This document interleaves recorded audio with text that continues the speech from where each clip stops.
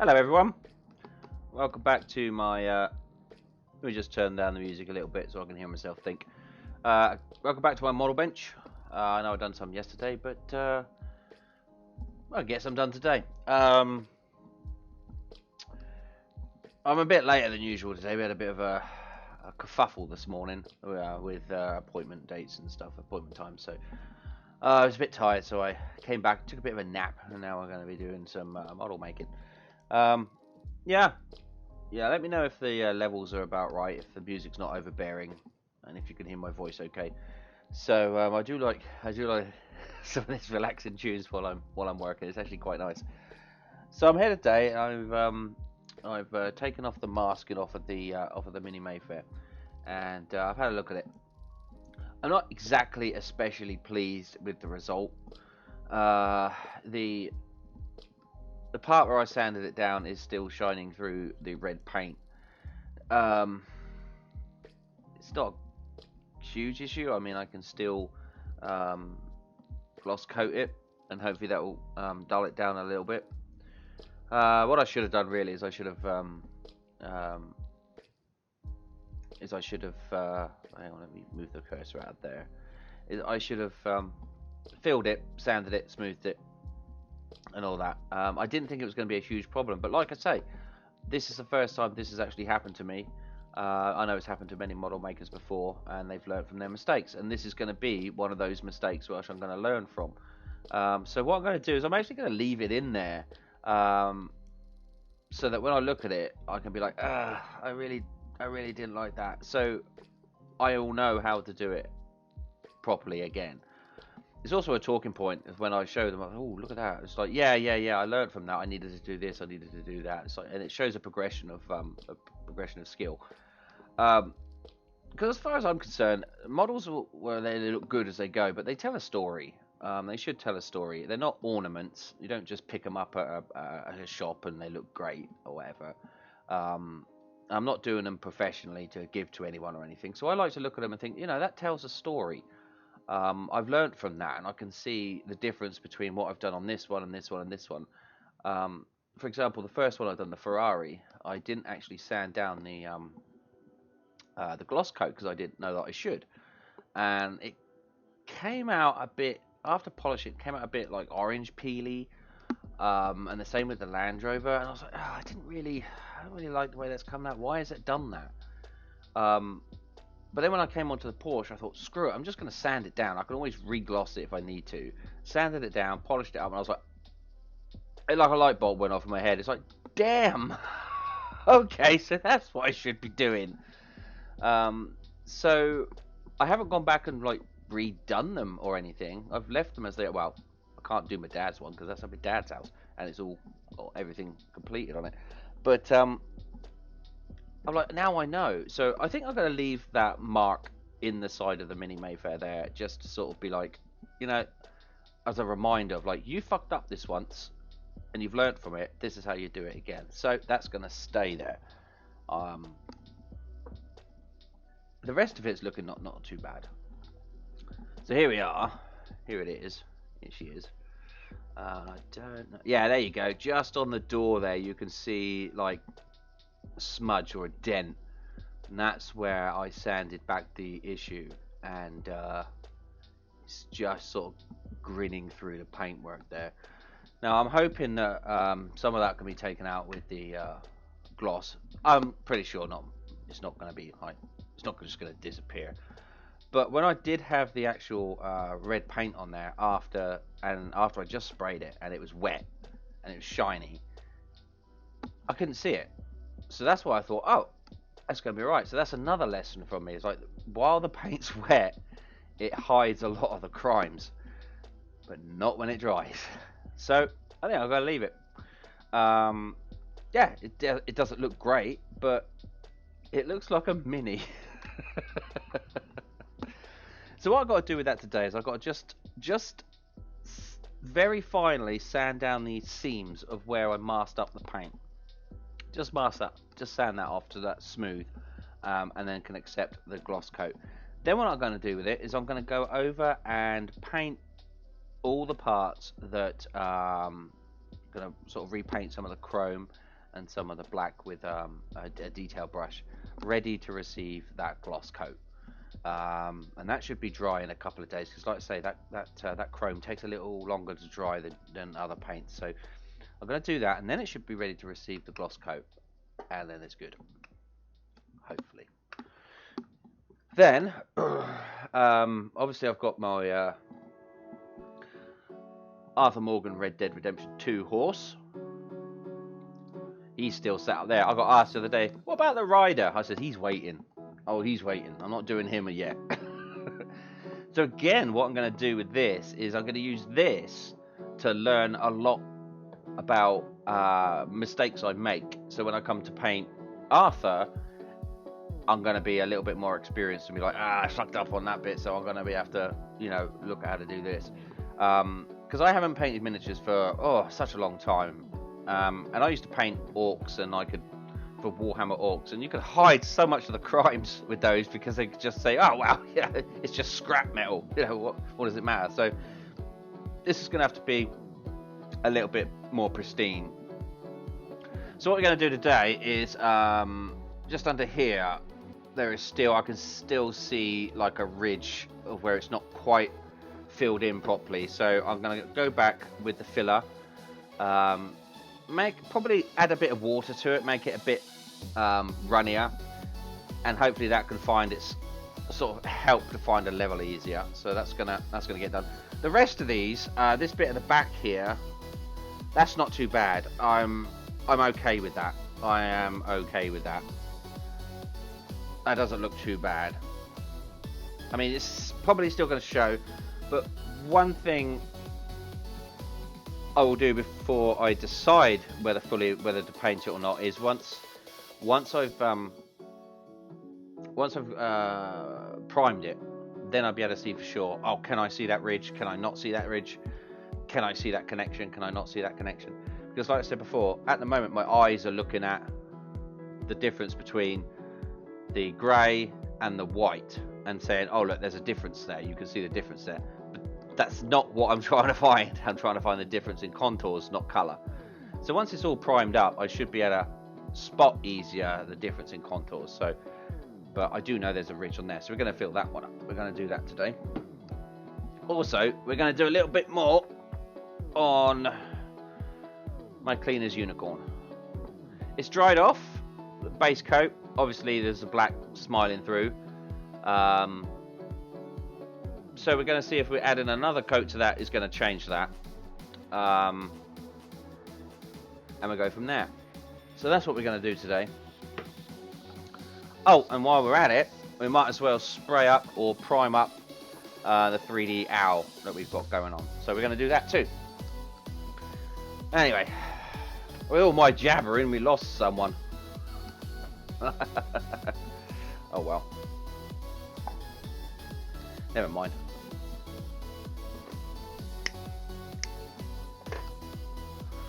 So I'm going to head you over to the main model bench. Here we go. Just readjust the camera. There we go. And bring the other light over. I'm going to bring the other light over here. Yeah, someone obviously didn't want me to be jabbering for too long. It's boring, it's jabbering. Gotta let you know what we're trying to do. It's always nice to have a plan. Oh.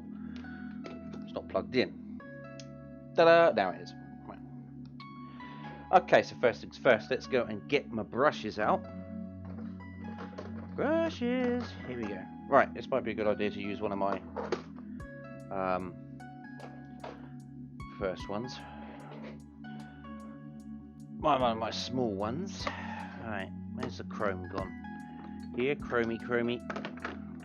Where's the chrome? Chrome. And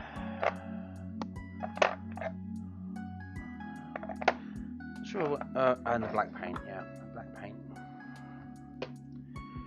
Alright, but what we're going to do first is just slightly sand down the edge there. So let's take it off its stand and find a high grit. 3000 should do it.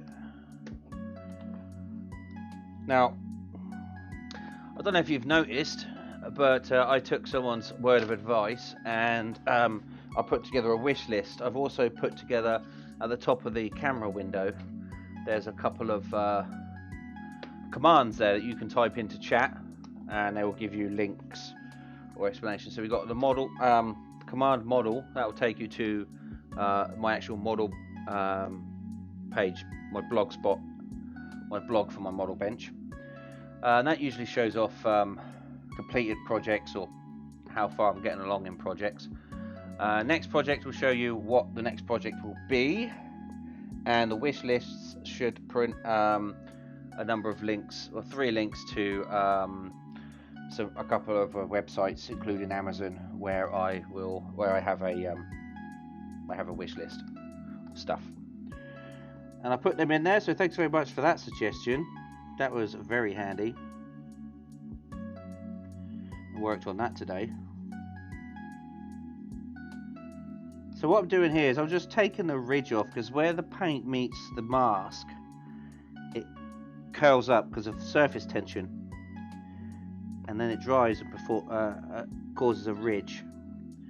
So I've just taken that ridge off. I'm not really sanding this back too much. I just want to take that surface tension ridge off, so it's a smooth transition. I mean, it doesn't have to be a smooth transition between the 2 paint jobs. It's getting that way. It doesn't have to be. Not perfectly smooth, because as I found out with while I was doing the top coat here, you can layer the gloss on it to get rid of any ridges, but it's just the ridge bit where the surface tension of the paint against the masking tape causes a lip. See, that keeps coming off there. I might have to rehand paint that. That's not a problem. Just before I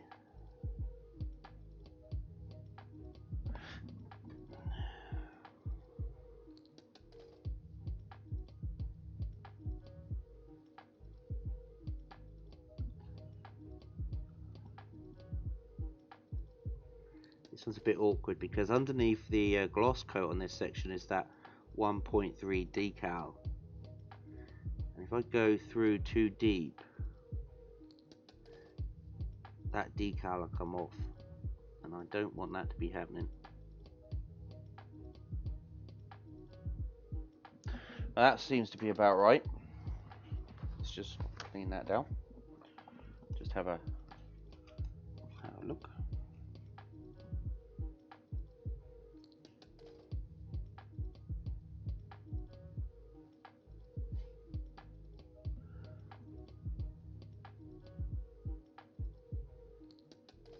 Yeah, that's good. That's pretty good.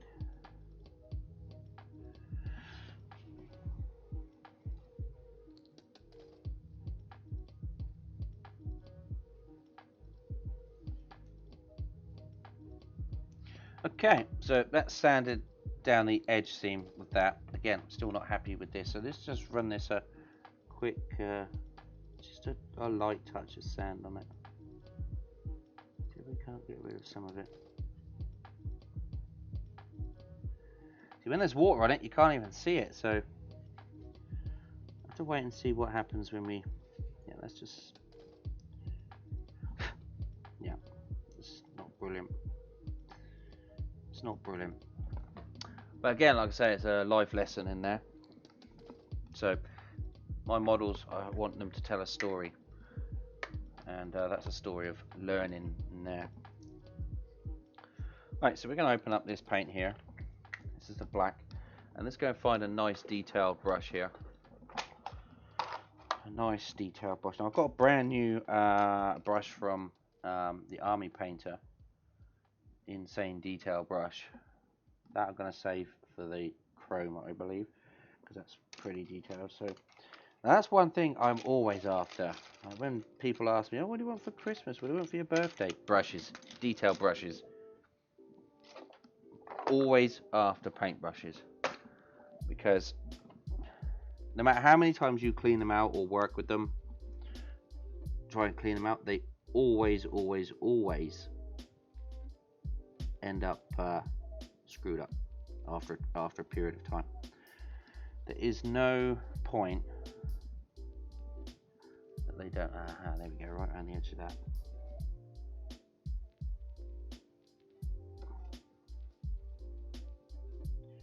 It's very light. There's a paint on there.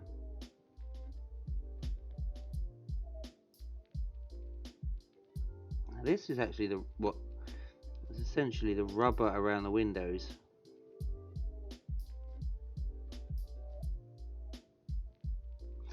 Because in a Mini,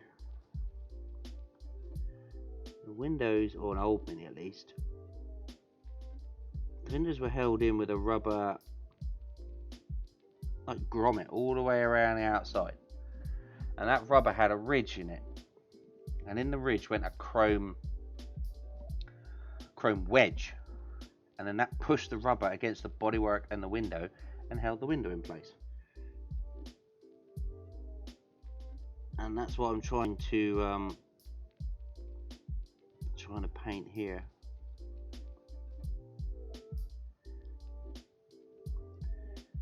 Is that rubber on chrome?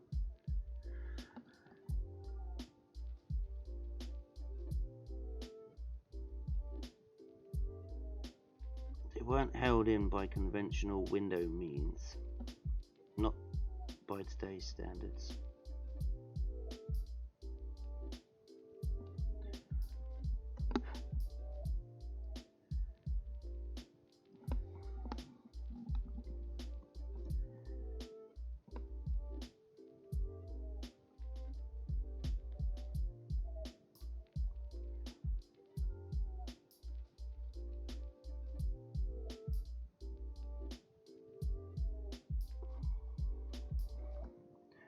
Sorry I'm quiet, it's very hard to talk and paint with this detail.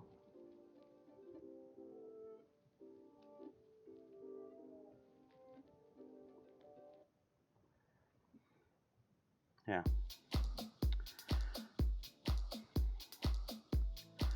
And the only part of the window that didn't have the chrome insert was around the back window, which was actually held in by 2 chrome plates, and the front window, which just basically had a rubber, like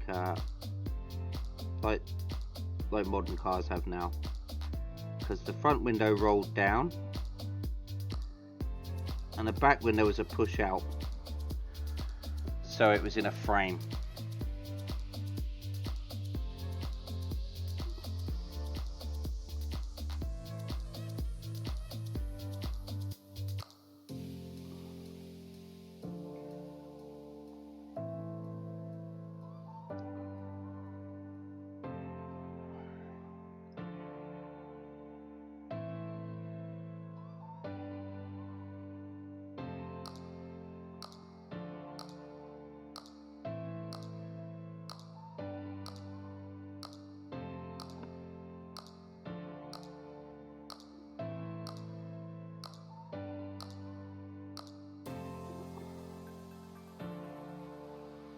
God damn it.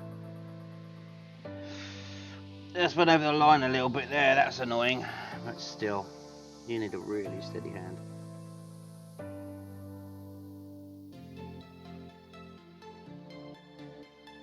There we go.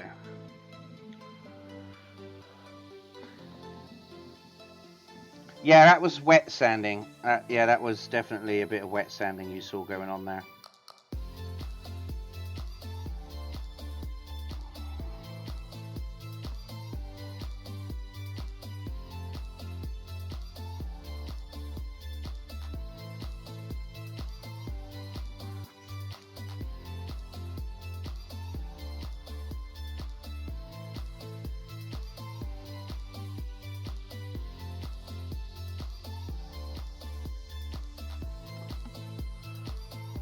Okay.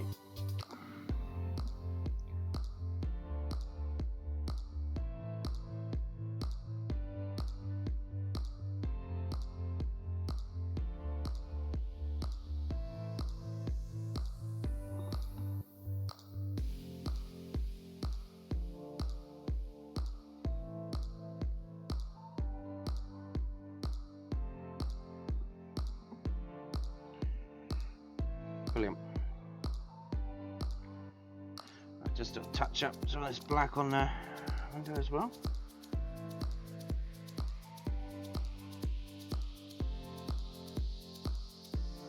Oh, that's going to get chromed over anyway.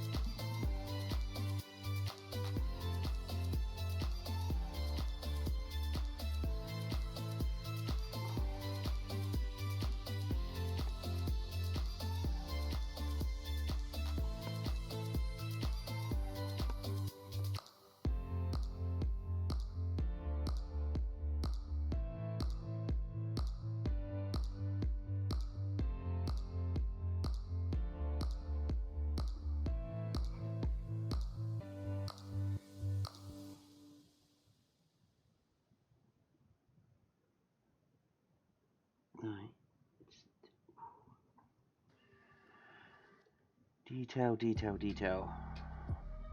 Just looking around to see if there's any other black that needs to touch up.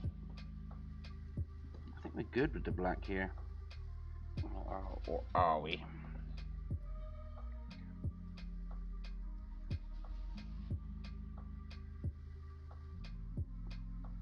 Here we go. Alright, so that's the black. Now that's just acrylic, so that's water based. That can wash out in a bit of water there. That's not a problem. The next one is the mirror paint, and that's going to be a little bit more difficult to clean out. Luckily, I have white spirits and Mr. Model Cleaner, so I'm going to use this detail brush on it, and that is Army Painter Wargamer Insane Detail. Doesn't even say, it just calls it Insane Detail. It hasn't even got a number. It's smaller than 0. So yeah, that's fun. So a little smoke out.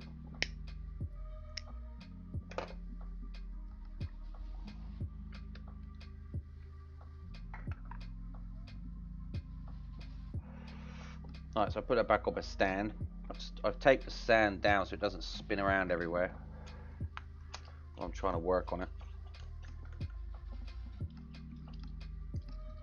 Maybe I just dip it in the and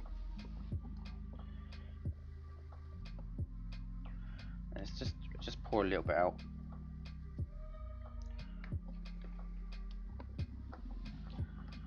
And as you can see, it's like pouring out a damn mirror. I don't know if you can see that. It's like pouring out a liquid mirror. It's crazy. I love that stuff. It's so chrome.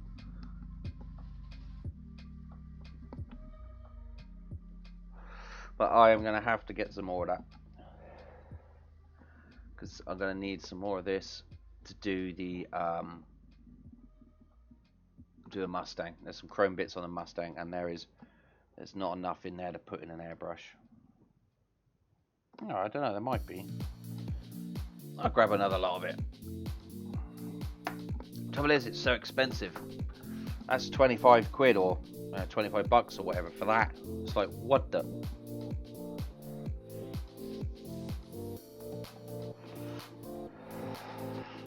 For 15 milliliters, craziness. So you don't want to waste it, you know what I mean?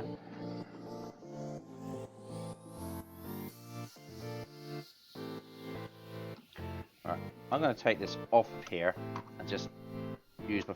Oh no, I don't know if that's a good idea either.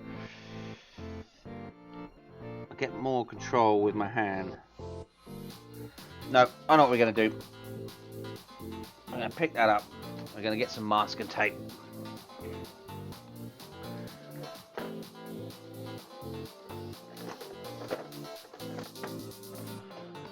Okay, let's see if we can...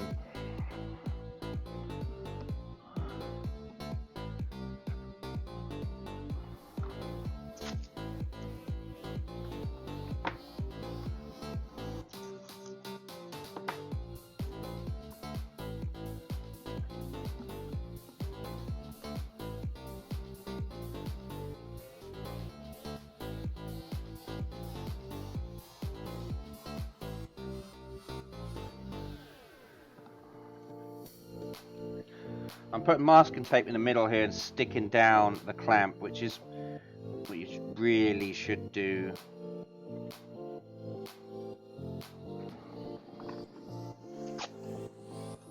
And then I can hold the clamp instead of the car itself.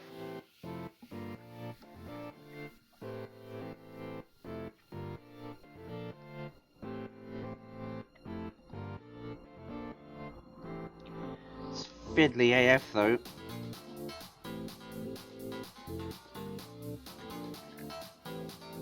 Oh, don't knock that over, crikey.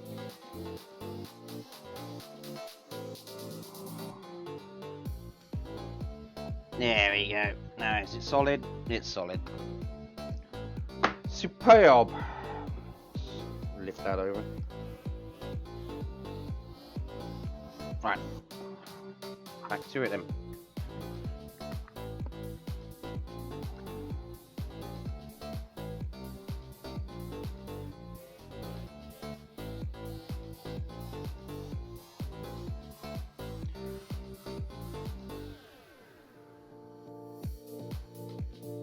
Oh, it's coming out real nice chrome that.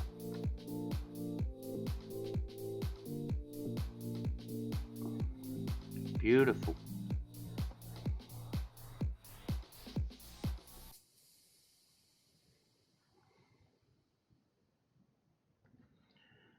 On the tip there.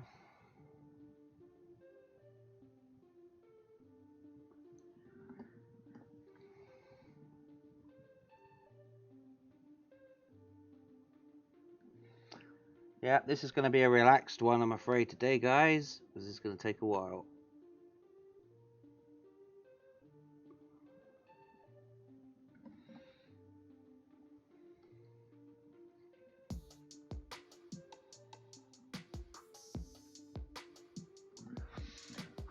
Yeah, you're not going to be as... I wish my cameras could zoom in like really, really well so that you could see what's going on.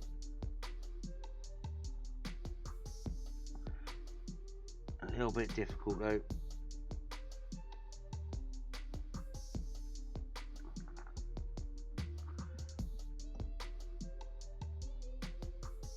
But I am certainly seeing some mirror finish on this.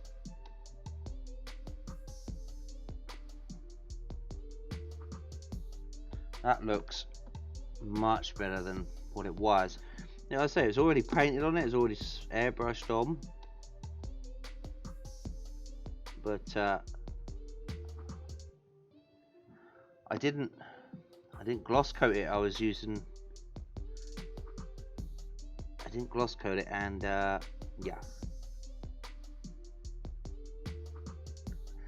it would come off on my fingers. So again, this is the first time I've used this paint, and that's a lesson. It's a lesson right there. If I'm going to use it, gloss coat it, protect it.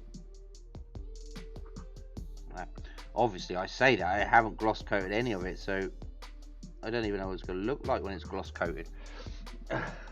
It might come out really bad.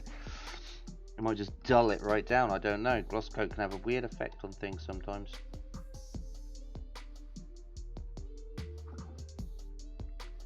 It shouldn't be too bad.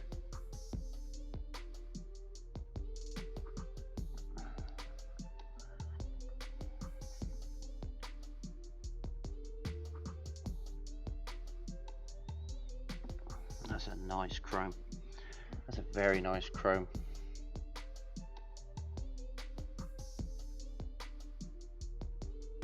So many pieces in the model kits come pre-chromed.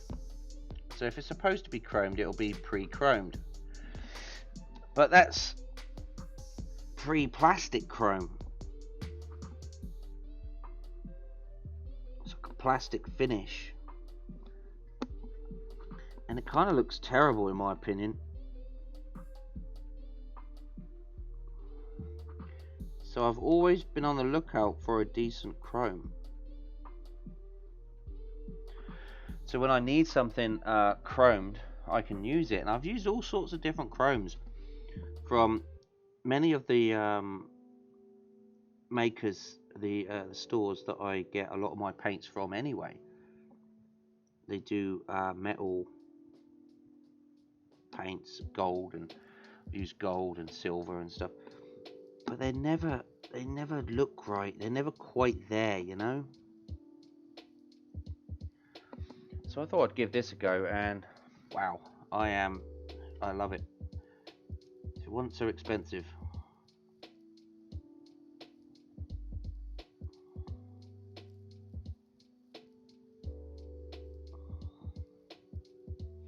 I'm gonna do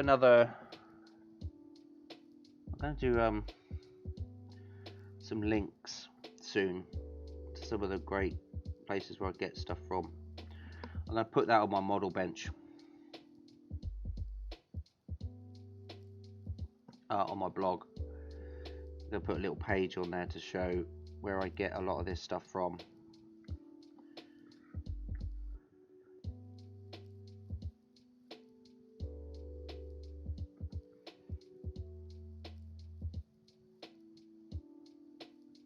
And then I can do a command in OBS and send you directly to that page if you wanted to check out where I got all these paints from. Especially things like this. This is not something you can get in the store. Stuart Sample, I believe his name is.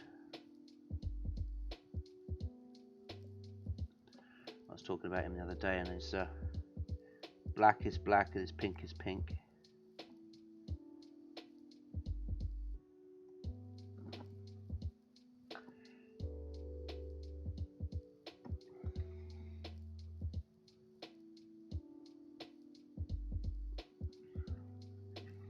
Now that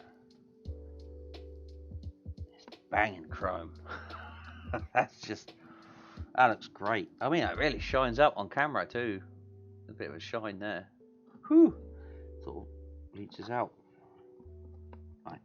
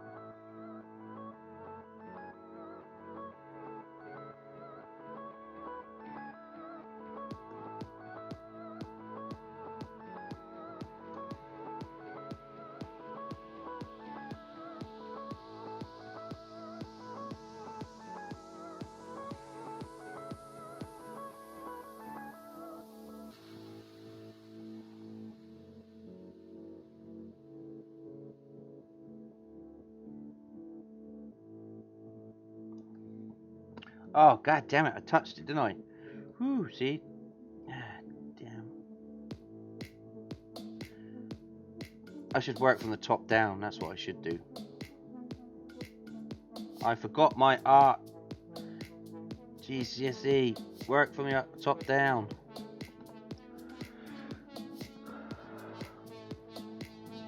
Yay and stuff. Right, let's try and...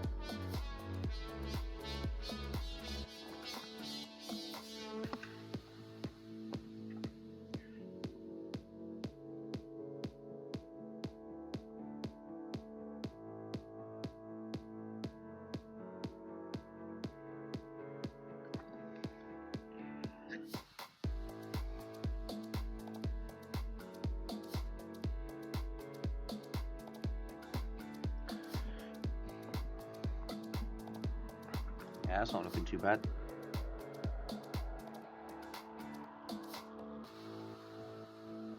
Now there's a page on his website. Oh God, don't touch it, God damn it. There's a page on his website where he asks you if you've used his paint to send him a picture of what you've done with it. Now, I was checking out some of those, and they're just like entire skulls painted with chrome, you know, with this mirror paint. I thought there's nothing on there of like a model like this.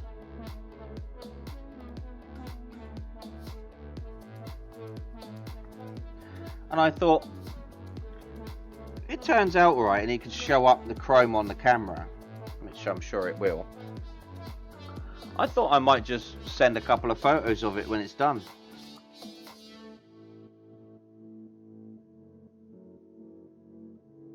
It's sure it's not fully painted chrome, but it can show that, you know, it's like a damn good chrome accent.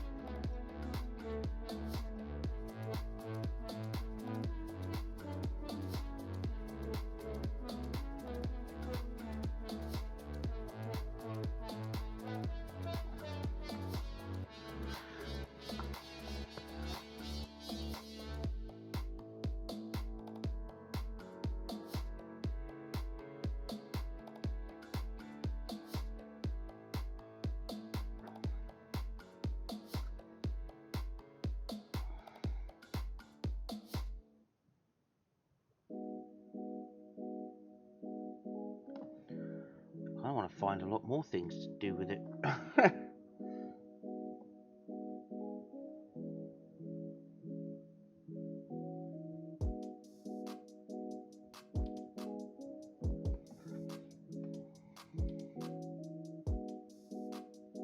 I've just gone a bit over the black there, that's annoying.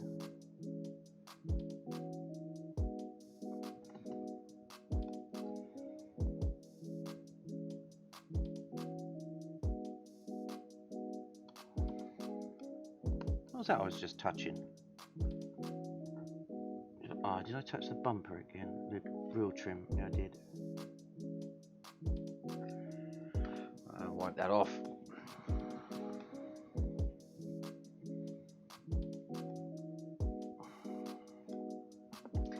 Yeah, I need to be careful what I'm touching.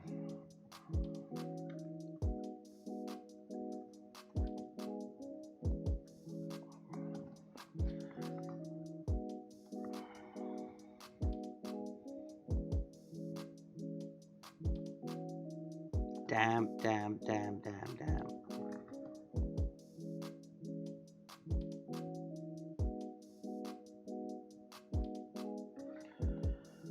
Poop. There's a bit too much paint on there, and I went all over the black.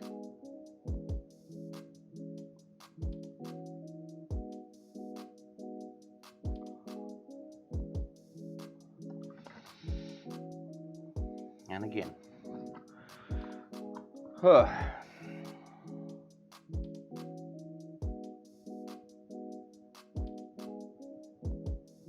God, steady my hand. I need a steady hand.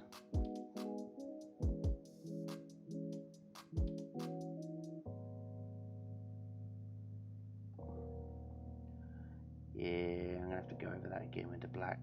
That looks terrible.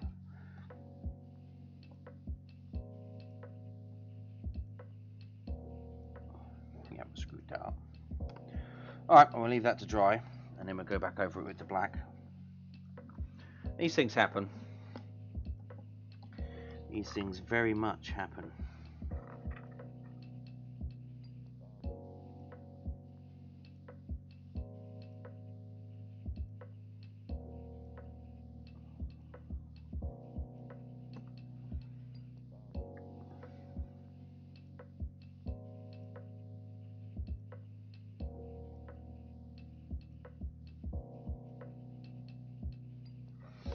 Especially if you haven't got a good finger plant. I use my finger, my pinky, as a rest almost.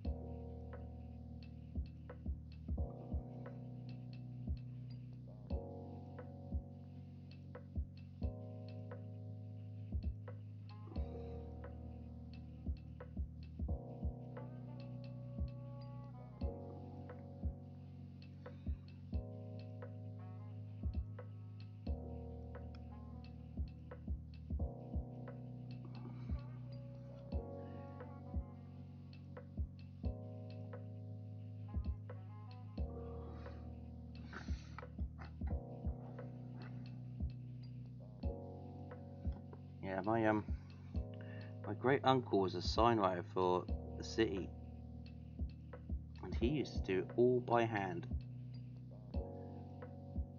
He had all sorts of amazing tools. God damn it! That guy had steady hands, even in later in life. He would just be out in his shed, just painting up signs for no reason. He had been retired, but he would just paint them up.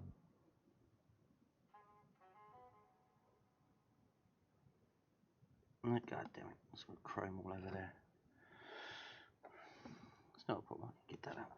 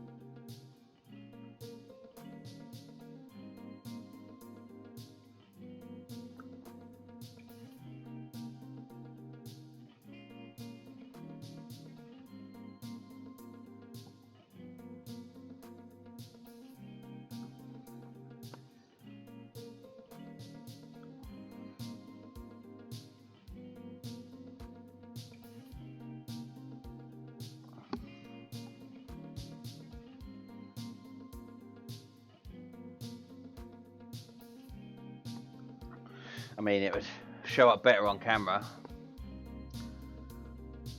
Okay, yeah, no problem. Yeah, no problem. Just, do what you need to do, man.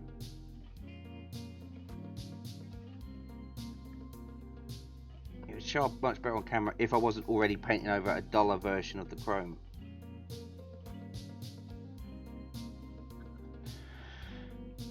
That is, shiny. Oh, my precious shiny.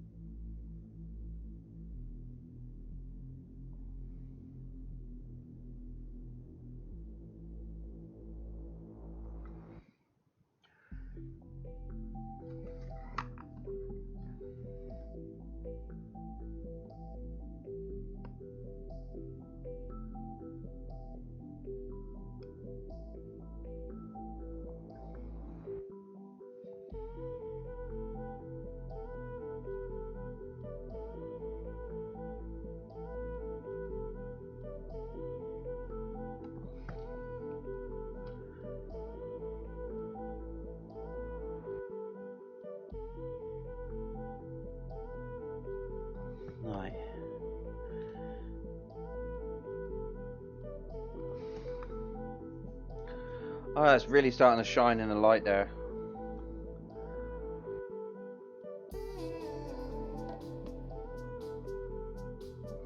Yeah, it's looking good. And I can tell from here where the parts are that I haven't chromed and the parts that I have.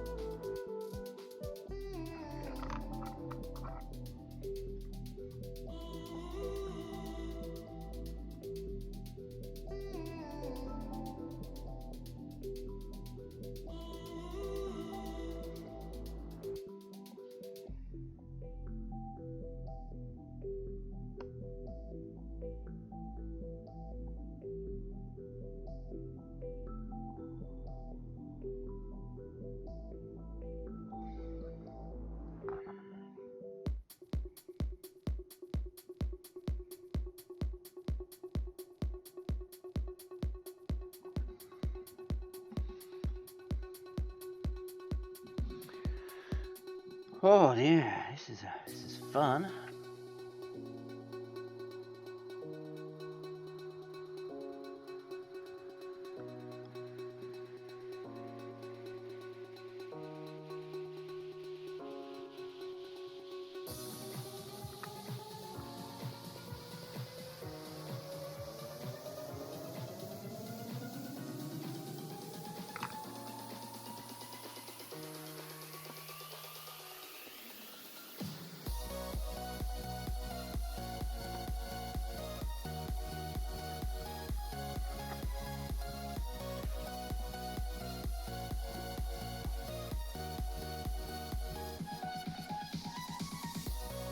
Yeah.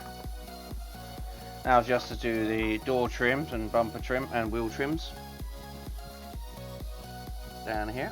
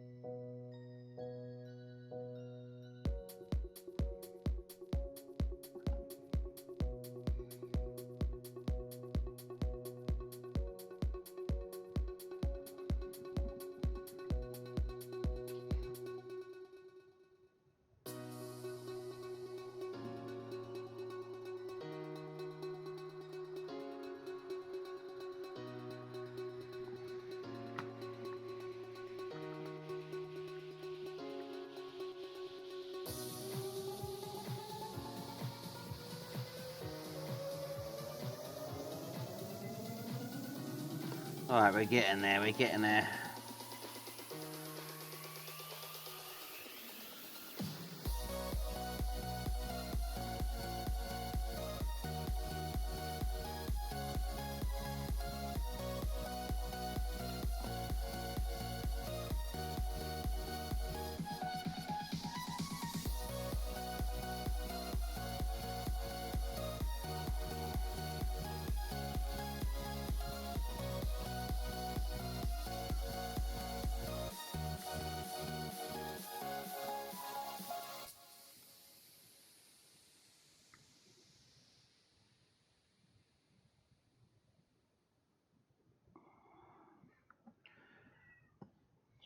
He does it. Oh.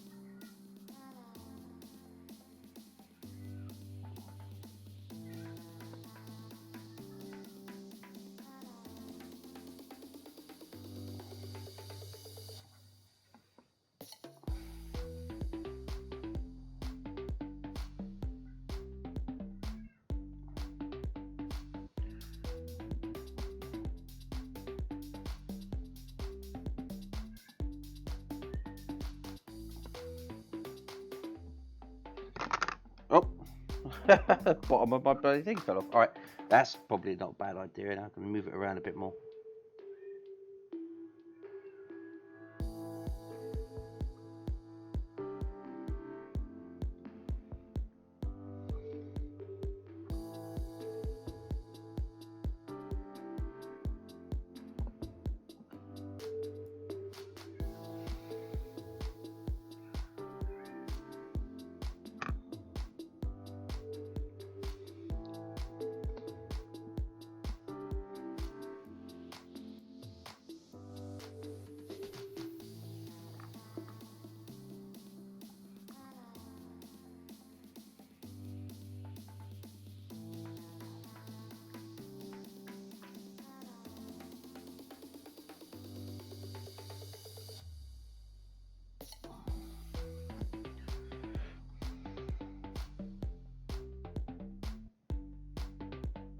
Right, so all I need to do now, just wait, give that a little bit of time.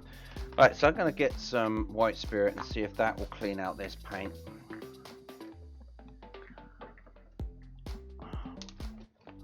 Because we're going to be moving over to black in a minute.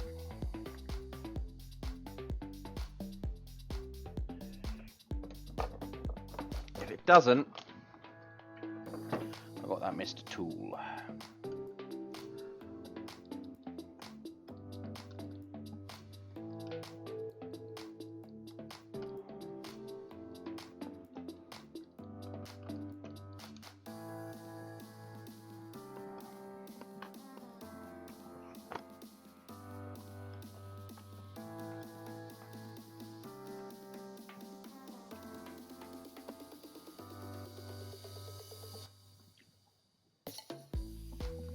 Yep, that works.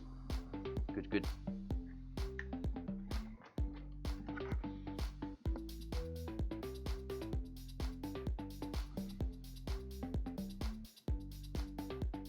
Right. Okay. Quick smoko.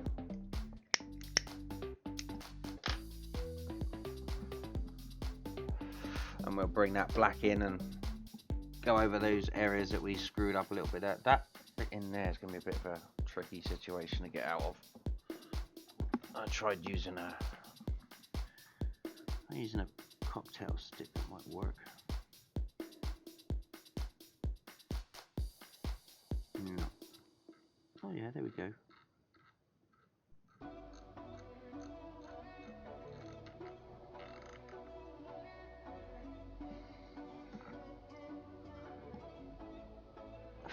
Yeah, that worked.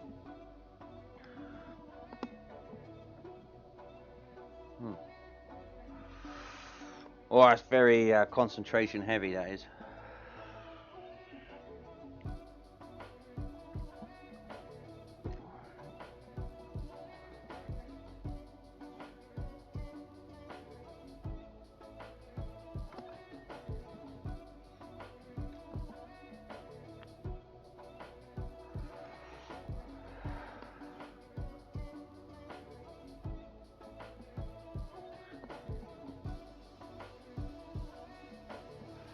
Oh, that is really shiny.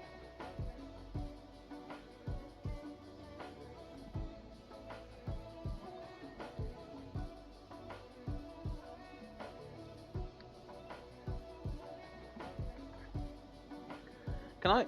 Is that on autofocus? No, it's not, but still.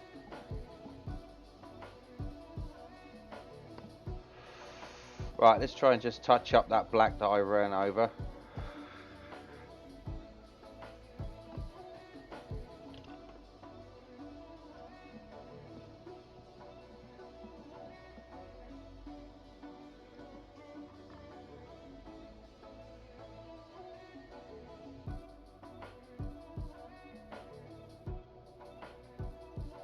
Come on, like, why is he not laying down? Oh, maybe I didn't put any black on the end. Oh, did we get a subscriber? Sorry, a follower. Hey, thanks, Sally O'Malley, 2007.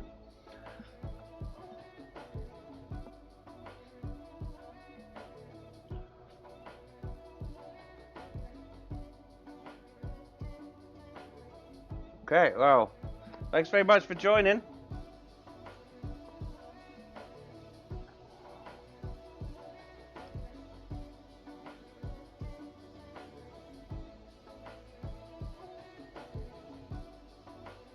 I hope you're enjoying what I am trying to do.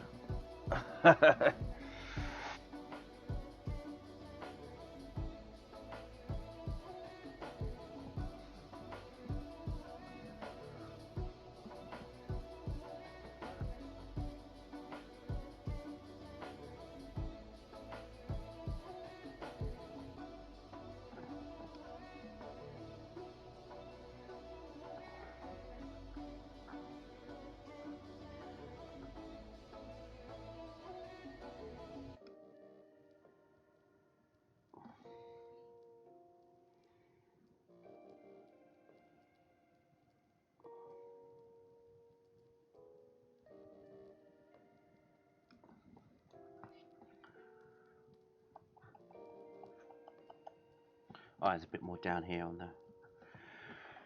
on the other side.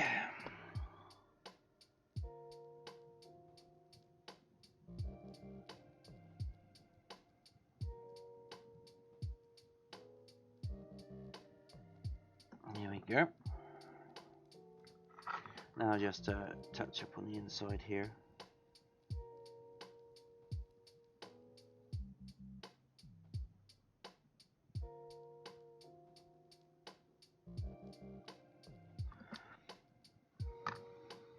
Come on.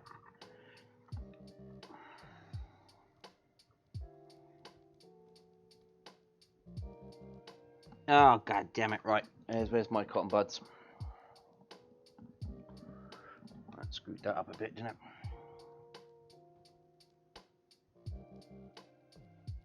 There you go. Good thing with acrylic is it's water based, so you can just wipe it off with a cotton bud if you get it in the wrong place.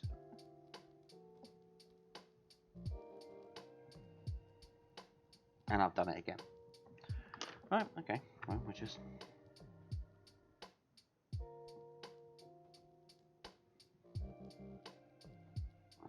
There you go.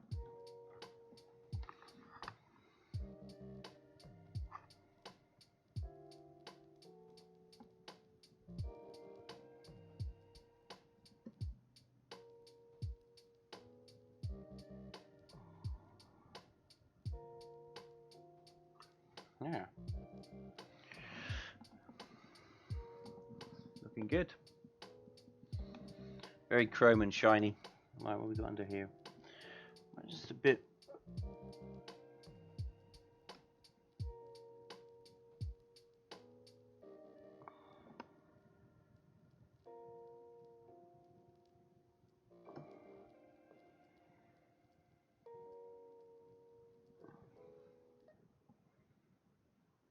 Still not happy with the front bit here.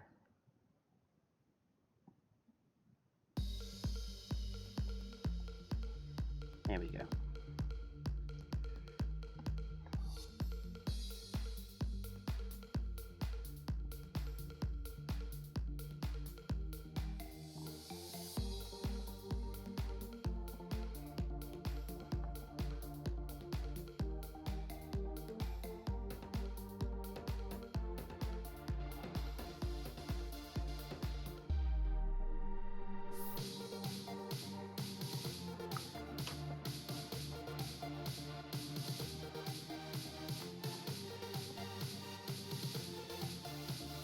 Yeah, that's much better.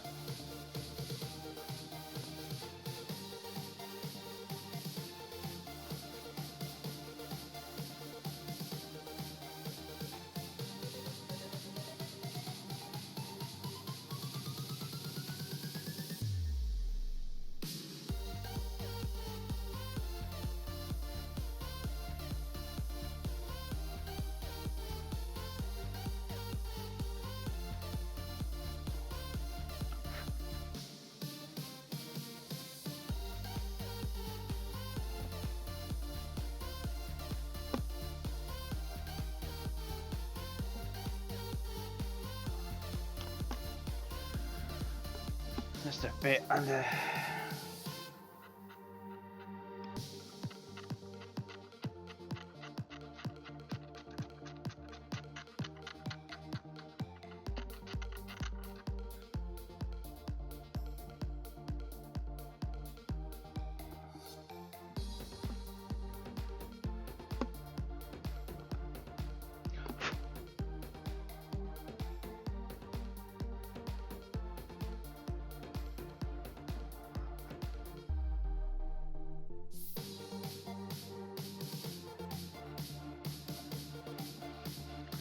All right.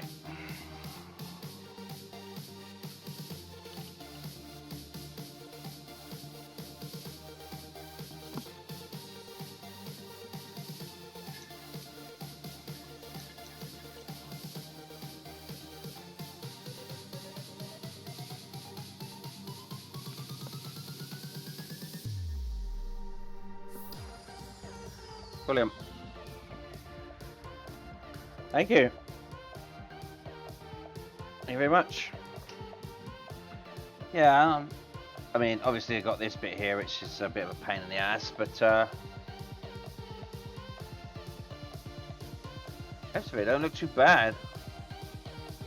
Nice and shiny. Right, that's good. Just got to wait for that to dry, and give it a couple of days for that. Well, 24 hours. I'll see what I'll do. Actually, what I'm gonna do. What I'm going to do is just grab one of these brushes. I'm going to paint some of this chrome. How should I paint it? I'm going to paint it in here like that. As a little test square. You won't be able to see this when this is done. So I paint that in there, just inside, and then what I do tomorrow. Oh no, I need that on that. What I do tomorrow is I will see if that has dried. I will touch that instead of actual stuff on the bodywork, and if it has dried, and then we can do clear coat. Then we can go ahead and do the clear coat. That will be fun. Right, let's put you back on just chatting. Right. Oh, let's move this out of the way. Right.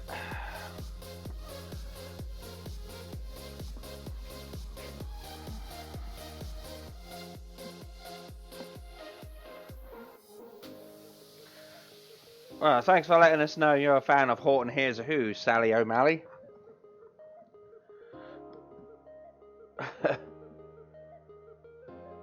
Gonna wet sand the clear. When I do it, yes. When I do it, I'm gonna. Well, I'm gonna.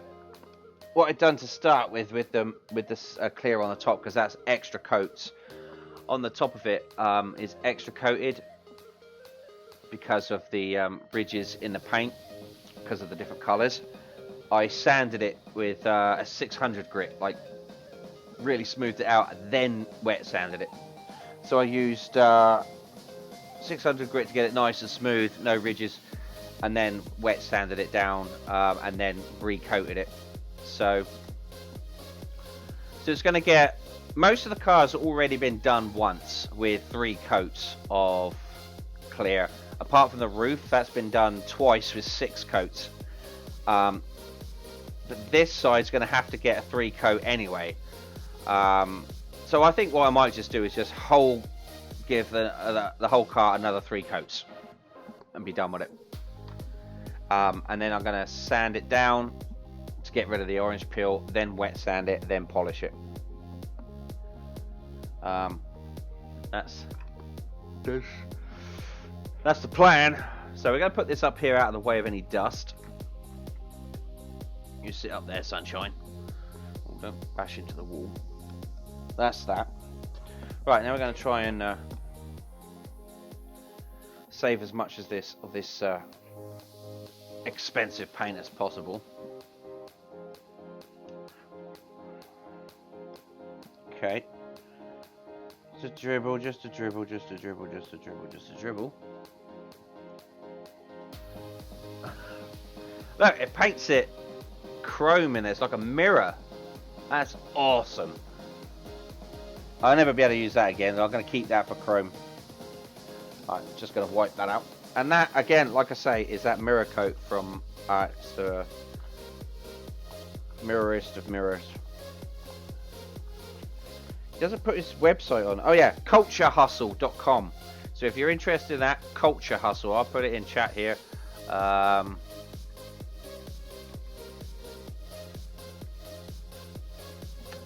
There you go, culturehustle.com. Take a look at that. They do some amazing paints on there. Expensive, but they're amazing paints. And that chrome is the best chrome I have seen. I challenge any other paint maker to make a chrome that good. I just don't think you can. But it's just a shame it's so expensive.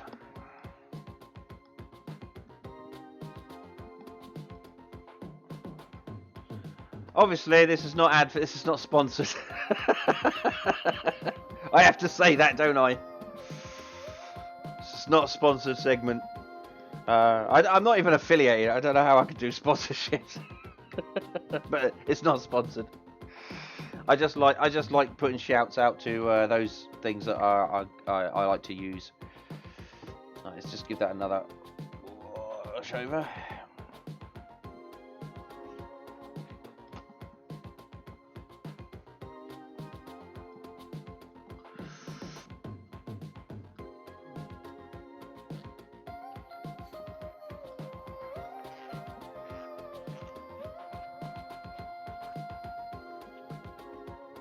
Actually, I got rid of all the chrome out of there. That's not too bad. It's nice and clean now. Good, good, good, good, good. Right, what did we say we were going to do next? While we were waiting for that to dry. Should we spray up the owl? Yeah, I can't remember how much shipping was, honestly. I can't remember how much that was. But it was... I was more concerned with the price of the bottle. I was like, wait a minute. 15 millilitres? These bottles are only 10. I was like, oh no, that's expensive. 25. That's $25. I can't remember, but still, good stuff. And I said when I was going to start making these cars, I said, look, if I'm going to do it, I've got to do it properly, or try to do it properly. I mean, the wheels on that Ferrari on the F40 should have been chromed, and I tried to find the best quality paint that I could to do it, and even then they just kind of look meh. The Porsche as well, although I painted those black in the end, but they should have had chrome interior, exterior rims. Again, they just look meh. The chrome is just meh. I've tried all sorts. I've got Mr. Metal down here. I mean, let's not shout out any names to people that make bad chrome. That's probably not a good idea. But anyway, I've tried all sorts of different like chromes and silvers and stuff, and they just don't work. The stuff I got for the Skylines wheels was a special paint. How if I find that? Oh, that's the chrome again. Ah, yeah, that's the stuff I had for the Skyline, and that's bronze. That didn't turn out too bad. That didn't turn out too bad for the wheels. That's a special paint for those particular wheels, which I pre-ordered. But I've got chrome paint in here as well, and it just doesn't. It doesn't look as good. Yes, they do. But the problem is with that, you can't paint with that. Oh, are you saying Culture Hustle make chrome spray paint? Because I imagine they would.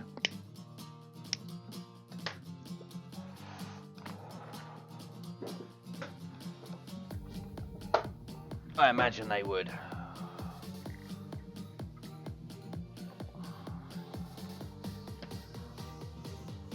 Oh, DuPont. Okay.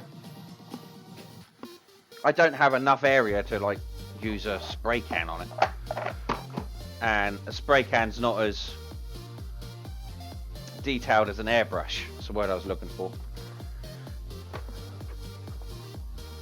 So spray cans are alright for primer and very large areas, but I don't need any large area painting, so I use my airbrush. But yeah, I'm sure they do some good ones, which it's always made me wonder. It's like, if these people can make a good chrome in just a like a spray can, why can't you make a good chrome in a paint can? I didn't understand that. It didn't make any sense to me. But still, I found a good one.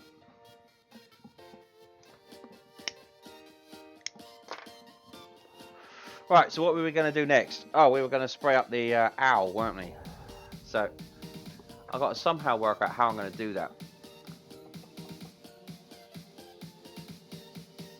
How am I going to do that?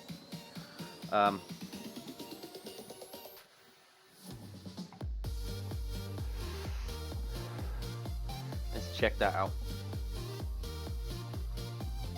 Alright, the elephant didn't turn out too bad actually. He's nice and primed up. Nicely primed. Let's move you back to the main model bench here so you can see with more light. So he came out pretty well. I am ready to paint him. Now I've got an idea for him. I've got a dome display case that fits over the top. But what I think I'm going to do is I'm going to get some resin, some water resin, like, you know, the resin they use, model makers use to make water, and he's going to sit in this display case, and then I'm going to like resin around the outside to make it look like that rock he sat on is in the middle of some water. So that's what I'm going to do there. I might fuck it up completely, but it's worth a try. So he's done. Here is the owl I was talking about. Let's not put that in chat.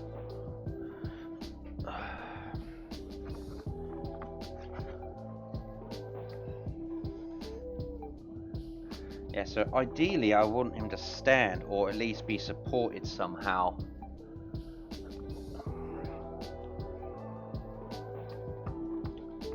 Because having him flat like that, I suppose that would work because the paint would fall on him.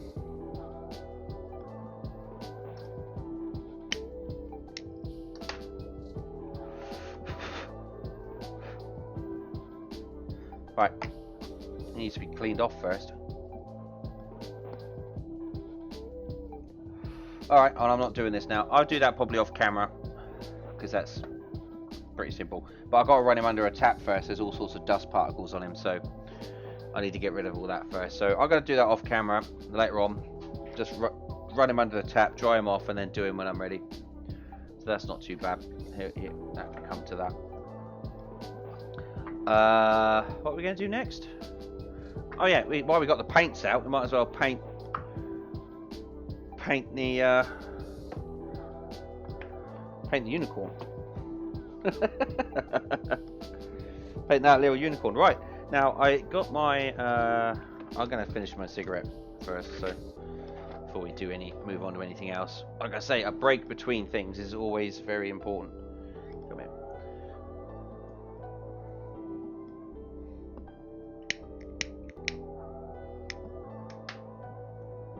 You really do need a... Yes, I have done that. I have used the airbrush as like an air canister, one of those air canisters. But I do need to get some actual more air canisters, to be honest, because sometimes when you are actually using the airbrush, it's got paint in it. You can't do that. But with the owl, what I'm going to do is I'm going to actually wash it off with water. Just wash it straight off. Let it dry. I mean, and it's not really that exciting to watch me prime something up anyway. You've seen me do it a couple of times before. So that's going to get done. I know a lot of this isn't super exciting anyway, but you know what I'm going to be doing there. And I don't want to run off just yet. I tell you what, if I do a BRB soon, I'll go and run the owl under the tap then, while the kettle's boiling. Then I'll bring it back in and let him dry off in here.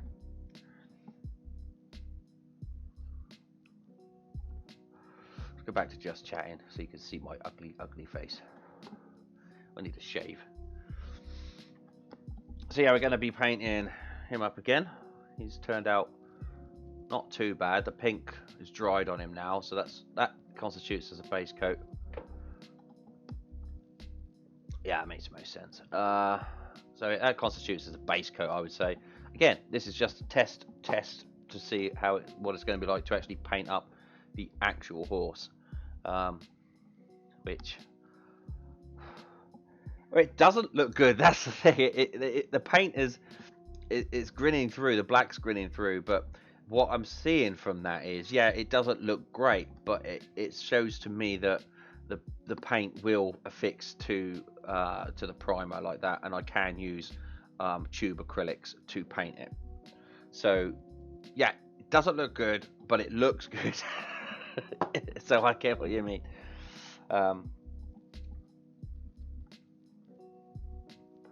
It just means that yeah, it's very helpful to know that I can do that, so that I'm not rubbing my fingers over it, and it's like if I'm doing this with it, it's not coming off on my fingers, even though it's dry. It's adhering to the primer, and the primer is adhering to the resin. So that's a big thing, because I wasn't entirely sure once I printed out, because I printed out that entire horse and Arthur Morgan. I was like, wait a minute, what happens if the primer I've got doesn't adhere to it? It's like, do I need a special primer for 3D prints? I know you can get some like filler primer, and I wasn't entirely sure. I've used some of that before on my cars, and it comes out kind of gritty, and you have to kind of sand it down, and I didn't like doing that before. It's sort of bad quality. Yeah, it's not mini quality. Yeah, it's not mini quality paint, but I want to see if it can be, because I've got a whole bunch of tube acrylics.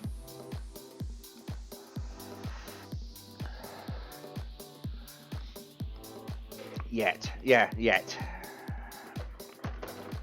Let's get my acrylics out. Yeah, so we're just gonna see what happens here next. Oh, but at least let me have a break first. Come on. Alright, I'll let you see the workshop, see what's going on with the workshop. Just to have a... There you go. Okay. That didn't work. There we go. There you go.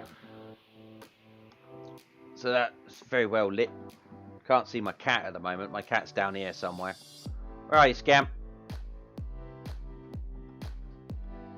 Oh, you buggered off. That was your opportunity.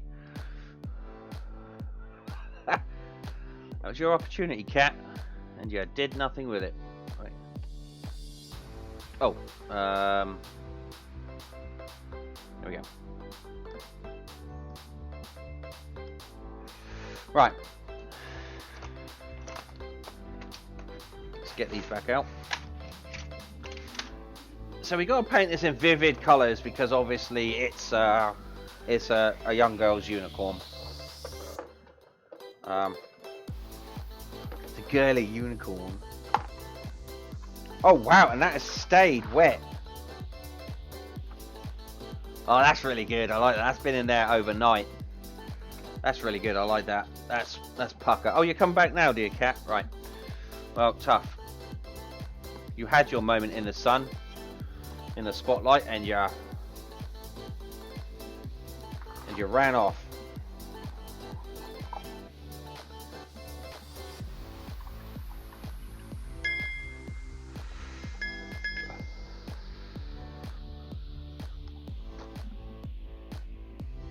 Alright, come here, little unicorn. Again, I'm not going to be too worried about how I paint it. It's just going to be rough and ready. But let's see if how well it goes on, shall we? Might need 3 or 4 coats to go on any decently. Let's try and do it a different way. Spread the brush. And also it dried off quite smooth too. I was expecting to have to sand it, but I didn't have to, which was good.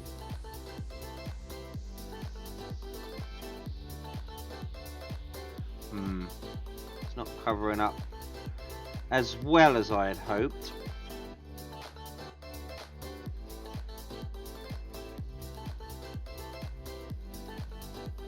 It's still covering, so that's good.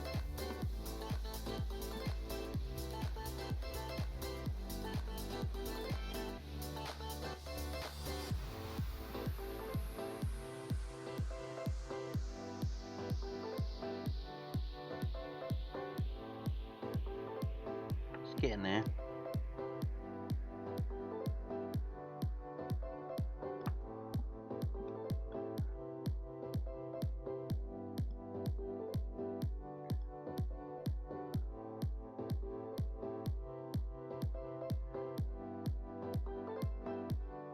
Yeah, this is going to take a few coats. So what I'm learning from this is that tube acrylics doesn't work so well on these little minis. That's what I'm learning.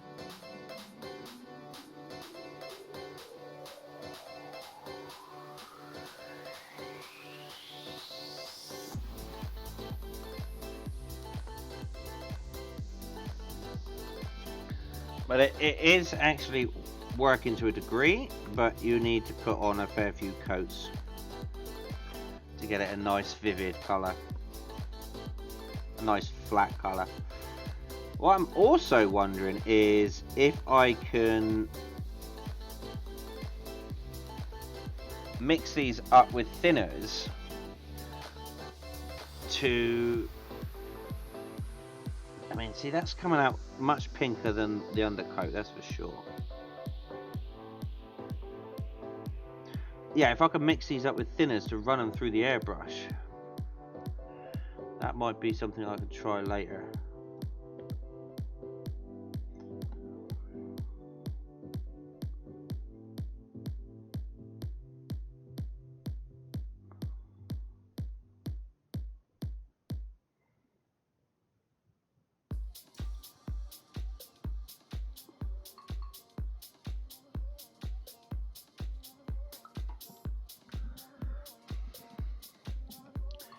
Yeah, because that covers much better than a paint than a normal paintbrush. That's for sure. I should try that at some point. I'm sure. Maybe I'll do it with everybody here while I'm on stream.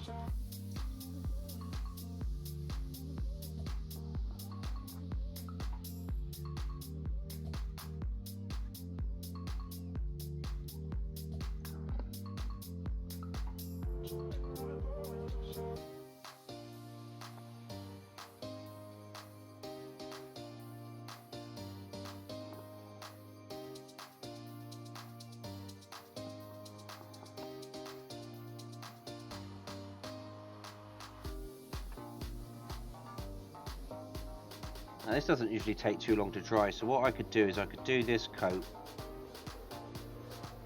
and then work on Arthur Morgan's horse, and when I've done that, come back to this.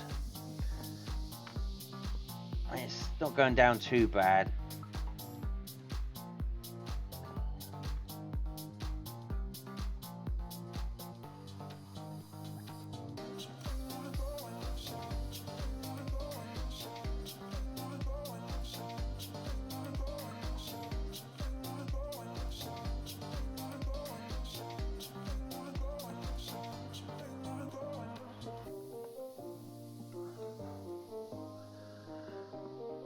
Yeah, 3 parts thinner, 1 part paint. That's what I'm thinking. I've got special acrylic. I've got the acrylic thinner, which is less. Hasn't got as much chemicals in it. I don't need to use, obviously, because certain thinners will thin certain paints.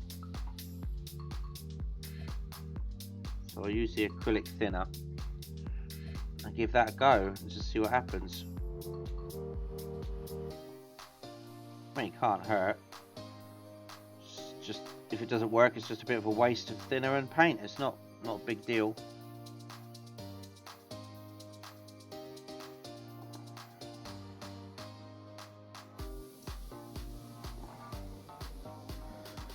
It's not a big deal.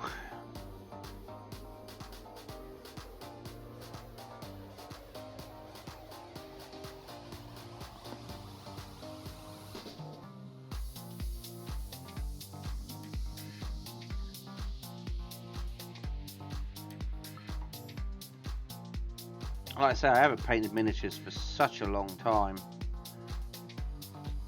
Right, I'm gonna need some more pink. Let's get some more pink on here.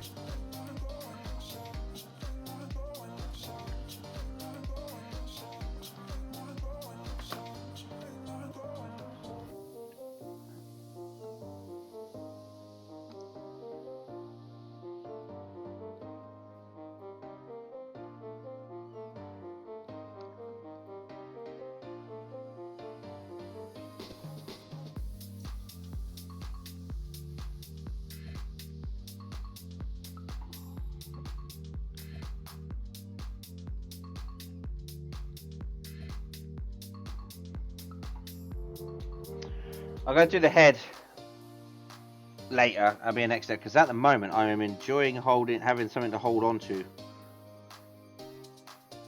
You know what I mean?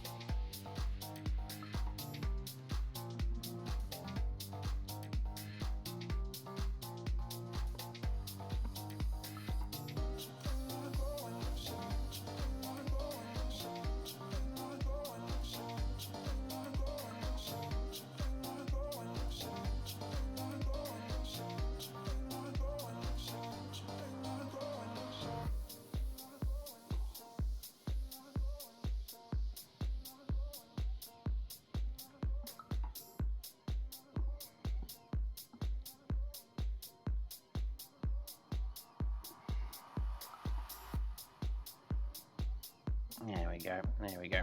Right, so put in here.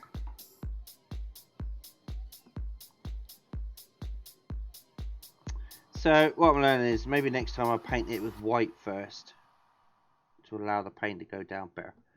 Maybe a nice coat of white instead of trying to get the black in. Because what I can always do is I can give it a wash with wash paints to bring out those depths, which is what I'm going to do.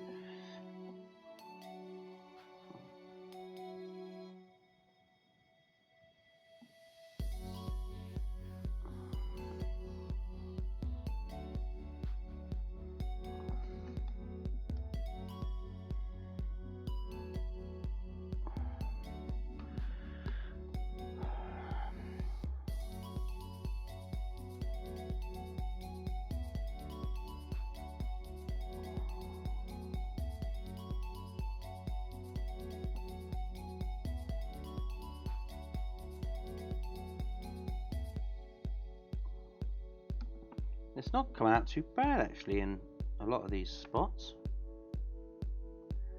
Yeah, a couple more coats and this will be alright. It's be nice and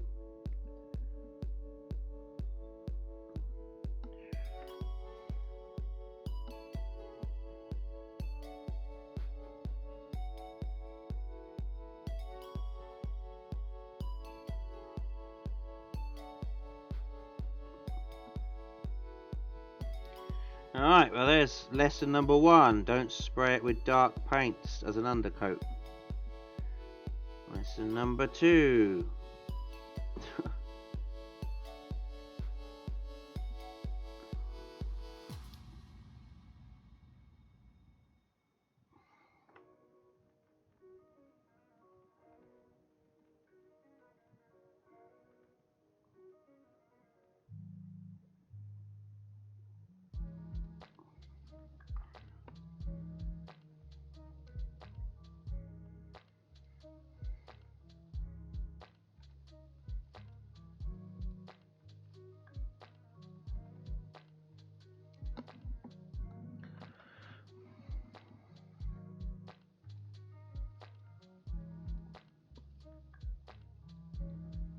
Right, I think that just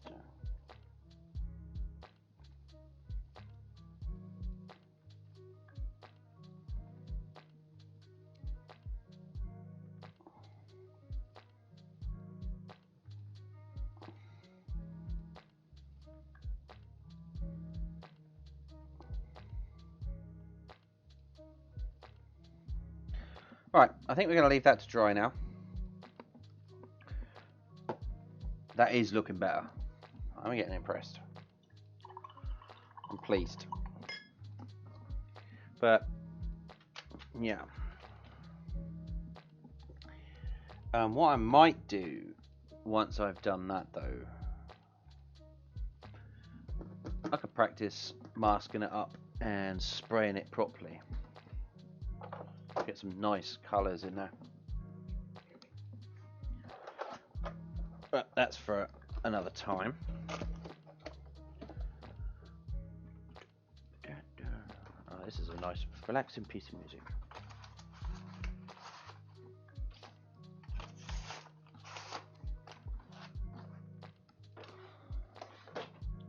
Acrylics. There we go. Get in there. Get in there. Shot. There we go. Right, so Miss Unicorn, come this way. I don't know. I can say I don't know what sex it is just yet because it's not my unicorn. I have no right to sex it.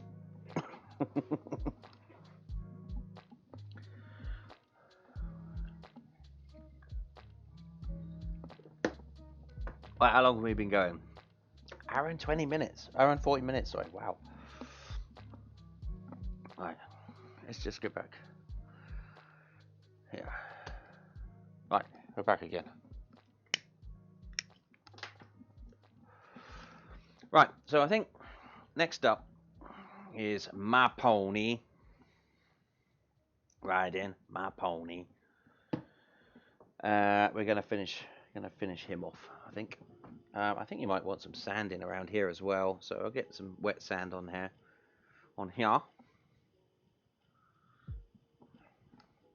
But yeah, it's just this bit I'm gonna do today. It's just all little bits today, isn't it? There's no real big bits, no real big model making right now. That's just the way it goes. That's just the way it goes.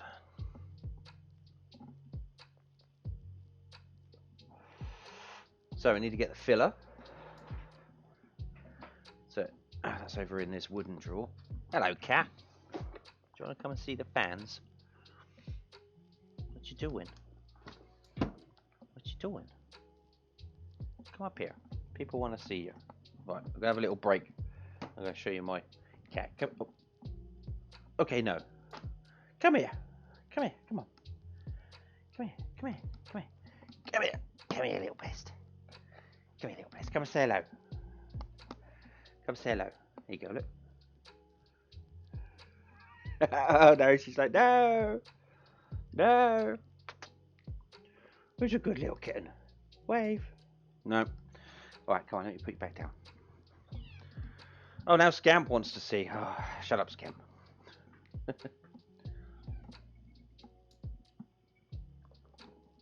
Right, I'm going to take a bio. I'm going to go and grab another cup of coffee. And also rinse off that owl. So, let's do be right back. Okay, be right back. Alright, I tell you what, let's have a look at the model shop. There we go. You can see me come back.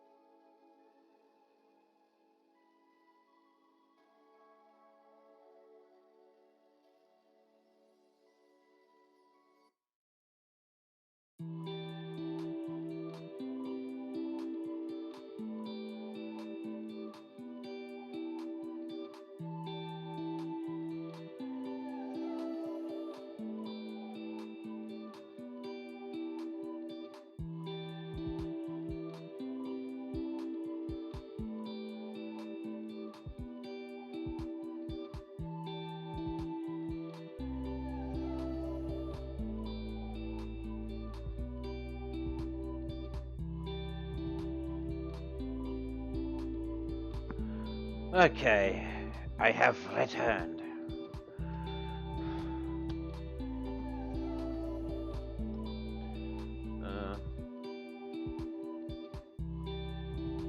That's better. Right. Sometimes the camera doesn't quite work properly, but it's doing all right. It's doing all right. Right. So the owl is washed off, and it's just draining off and just drying off now. So hopefully by the time I finish this, it should be ready to go.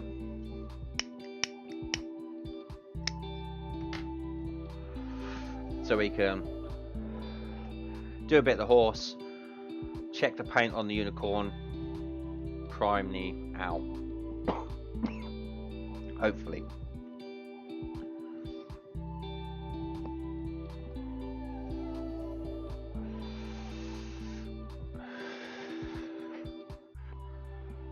Right.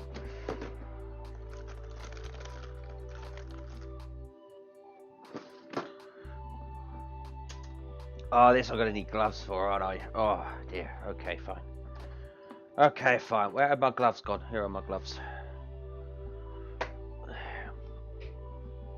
Alright, let's just compose myself. As I said before, I don't like to rush through what I'm doing. If you rush, you'll make mistakes. The best thing to do is do a bit, take a break, do whatever you want, get a cup of coffee, stroke the cat, come back to it. I know that's not very good for a stream, because you're just watching me take a break right now, which is like, okay. But I find it really does help to sort of compose, especially if you've got more than one project on at a time. And if you've been doing a lot of concentration for a long period of time, you end up making mistakes. And as it is, 2 to 3 hours is enough for me, model making, because then I start to make mistakes. So I like to take a few breaks here and there, have a cup of coffee. I usually watch, like I say, I usually have Mythbusters on. I can't do that with you here because I'll get copyright striked. Adam Savage won't be happy. No, and don't want Jamie Hyneman knocking on your door asking for money. He used to work for the mob.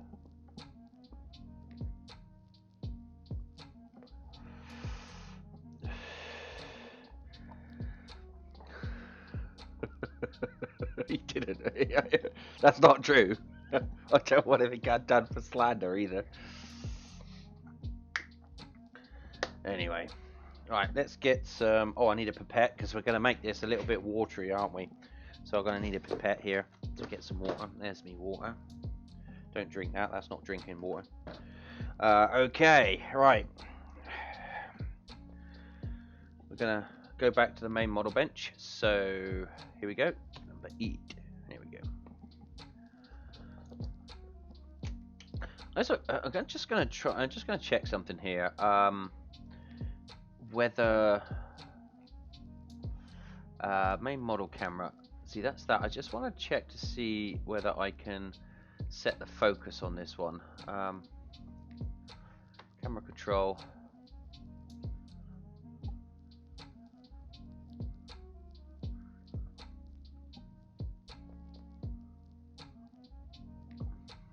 It won't. Oh god, the exposure's way too high. Automatic exposure. Yeah, I can't do focus on it. I won't for some reason. Okay, it won't let me do save changes. It won't let me do for some reason it won't let me do autofocus. It won't let me change the focus. It's just basically set here and that's it. Like I say, I wanted to get set up as soon as I could, really, and I didn't have the money to spend on expensive webcams, and I needed 5 of them. So I just got some cheap ones for now, but I'm sure at some point I might invest in some better quality webcams, especially for like the main model bench here, so that you can it will zoom in and stuff. So I'm going to do what I done last time. I'm not going to use it straight out of the tub because I don't want the tub to be open for too long. And let's just get a bit of water here, just a smidge.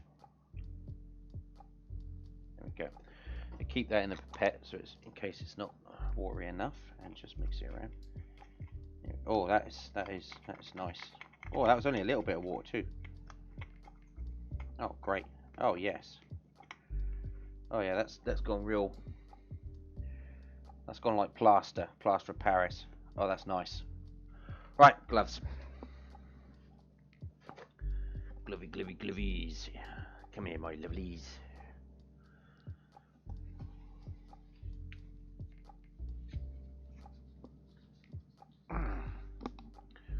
I had a couple of friends. People that come around to help me. I do my shopping and bits and pieces. They're from this agency, and they provide him with all sorts of PPE, especially now that COVID is rampant. And he saw that I'd used these gloves, and this guy, he goes, "I got some gloves for you." So he goes out and gets me a box of gloves. Oh, and he also told me not to tell anyone, so don't say anything.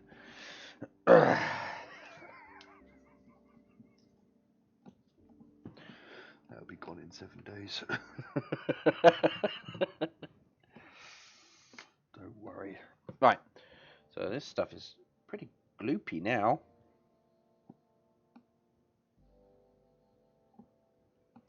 So I'm just going to lay it on fairly thick, I think. And then when it's dry, then I'm going to sand it down. So we lay it on as a nice thick coat, and then sand it off.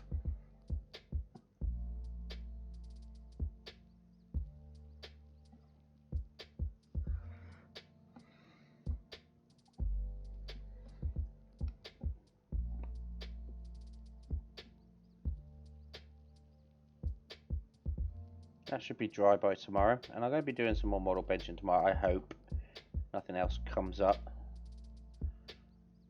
Wednesday, not so much. I got a parental visit on Wednesday. Actually, Grandma's coming around as well, so we're going to go out and have something to eat.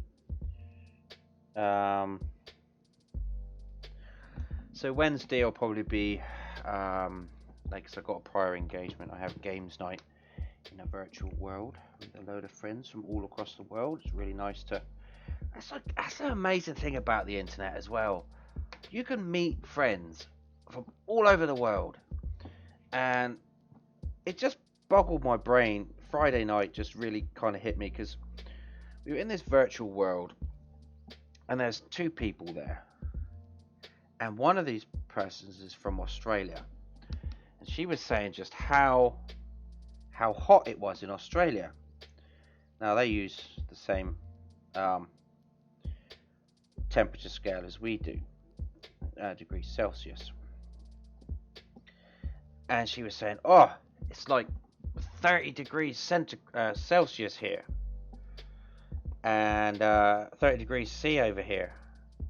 And the funny thing was, like, literally, like a couple of virtual steps away from her was another friend from Canada who also used the same. She goes, "Oh, that's funny." She says it's minus 34 here.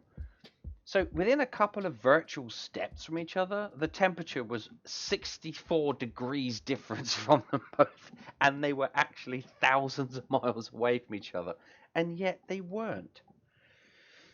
It was, and that's the one thing that I find really fascinating about the internet, that you can actually just bring people together like that who would never ever usually be able to speak to each other, and you can just get so interesting and fascinating to actually listen to people from different cultures and different walks of life, that there is no other way that you would be able to speak to them. There's just no other way.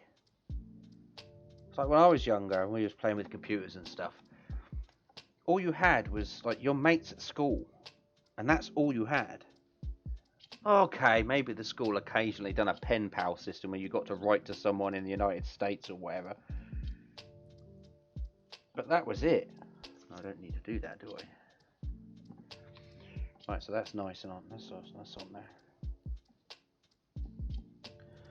And now, just type in your password and your username, and boom, you're talking to people all over the place and playing games with them. And I know you youngsters take it for granted, but there used to be a time where that was just not a thing.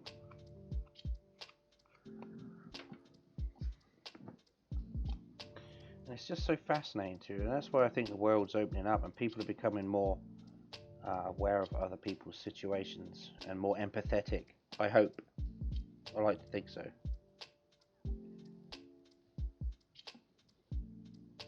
You always get like the older generation go, "I don't care what happens in America. That's America." It's like, yeah, but it's not though, is it? It's still part of the world. And America always had a huge influence on planet, and now it's got an even more influence on the planet because of the internet. So just to dismiss it as being in another country thousands of miles away is just ignorant, I think.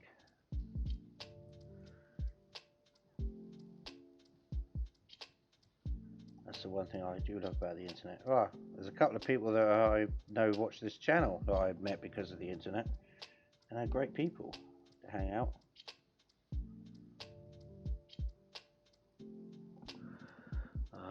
Not sure who they are. Right, so that's put on there rather gloopily, which is fine because it's wet, so it'll find that could be nice and sanded down now. Once that's dry, I can sand that right down. That is great. Now I'm in an iron about that back end. Whether I should do that back end as well. I mean, it's not... Can I see it? No, it just looks like the horse belly. It was just that front bit. So, I think we're done there. Haha, yay and stuff, yeah. Yeah, I knew it was you.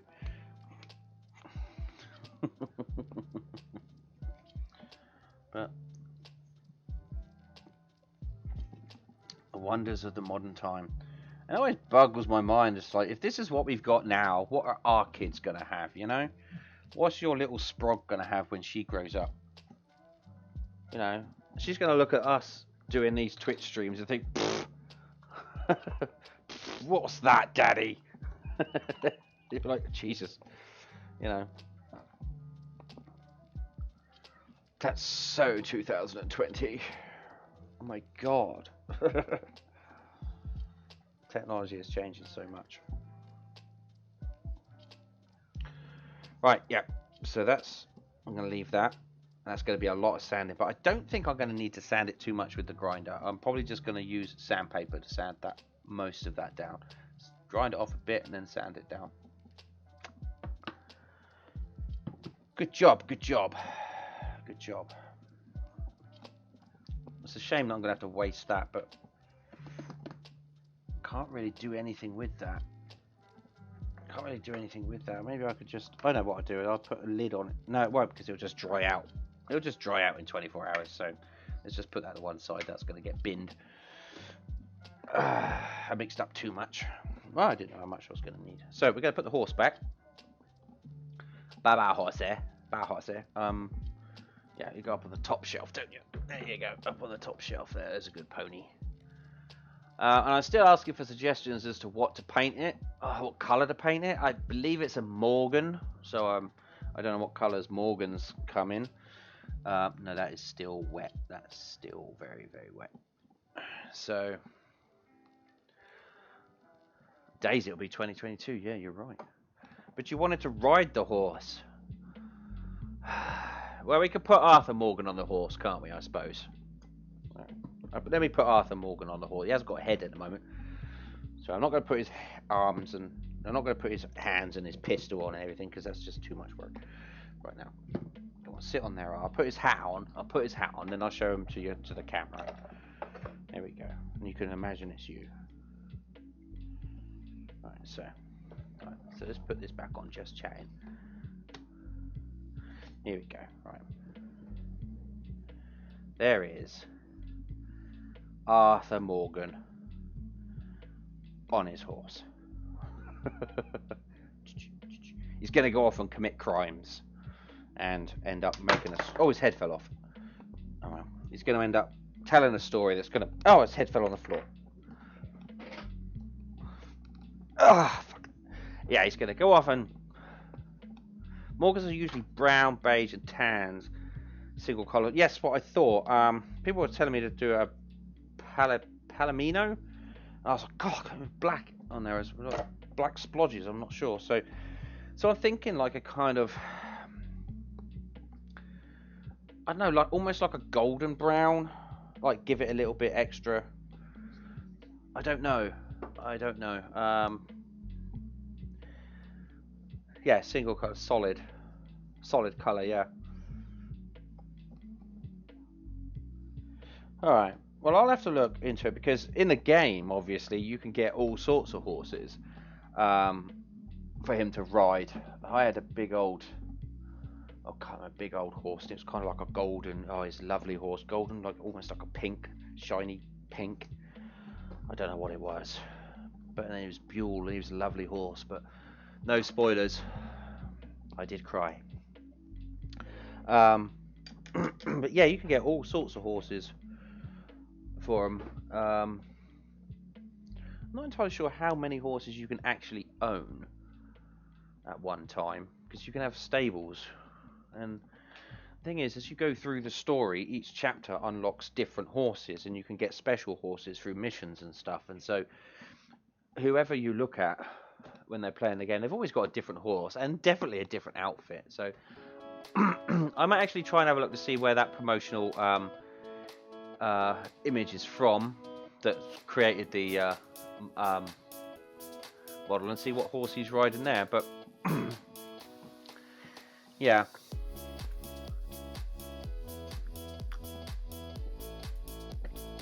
But seeing as his name is Arthur Morgan, I imagine him to be riding a Morgan, which I would like to point out are the worst horses in the game. It's just so terrible. So bad. No health, no stamina, no speed.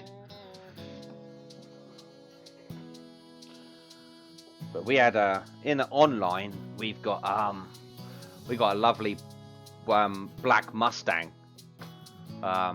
They brought out special versions at some point, and me and Creamy looked at these Mustangs. We're like, "Yep, that's it," because you're only allowed to have 10 horses in your stables.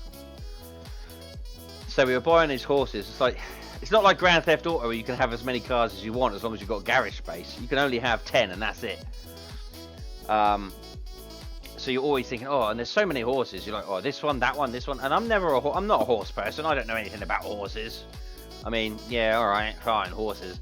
But once you play that game, you're like, oh, but that one's so pretty. Oh, but that one's so fast. Oh, I don't know. And then we found this black Mustang. Oh, stamina, health, speed. Oh, lovely, lovely, lovely. Right, so we're going to check on that owl now. So I'm going to do a be right back, and I just want to see if I can take these gloves off so I can reuse them. Yeah. I don't like wasting them too much.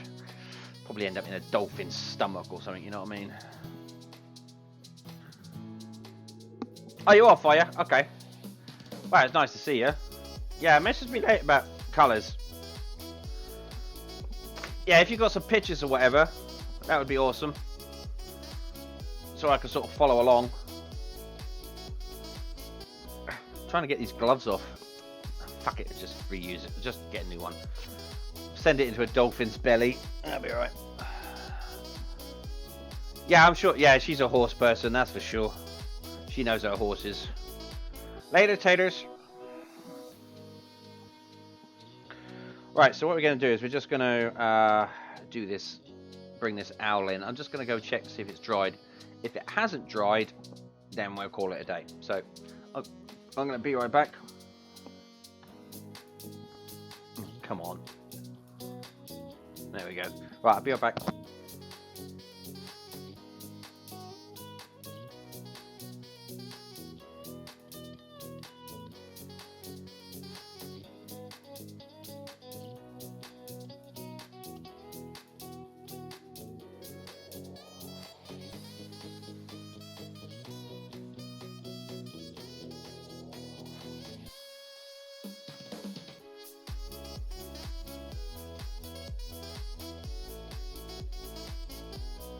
Right, well, it hasn't dried, but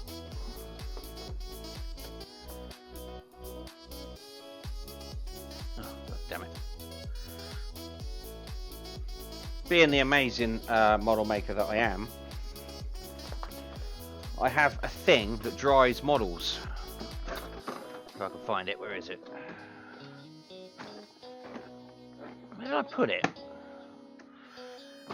Big black thing that dries. Oh, here it is. It's my model dryer.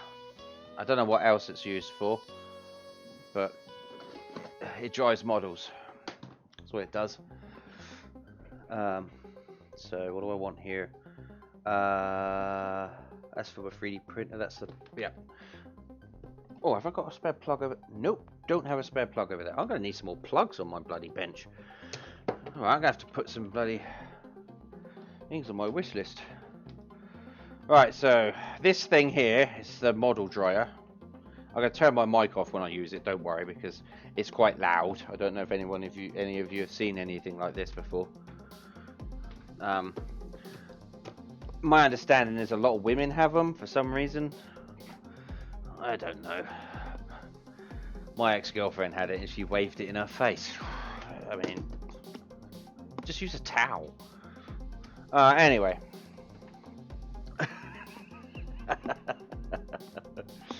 Right, so I'm gonna mute my mic. I'm gonna put it on my model bench and just let you listen to the music and not the model dryer. So here we go, main bench.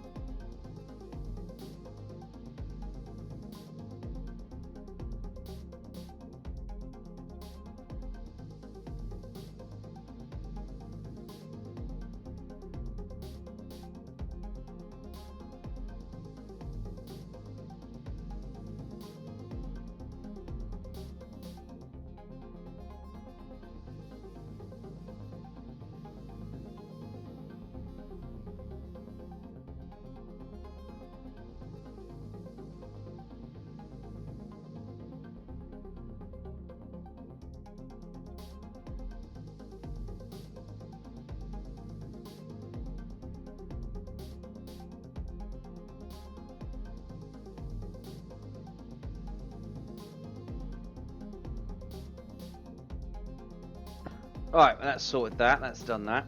Right, so now we're going to get to just put that away. Right, I'm going to bring you over to the paint booth now. Here we go. Just put some light on the subject here. Yeah? Here we go. Yeah?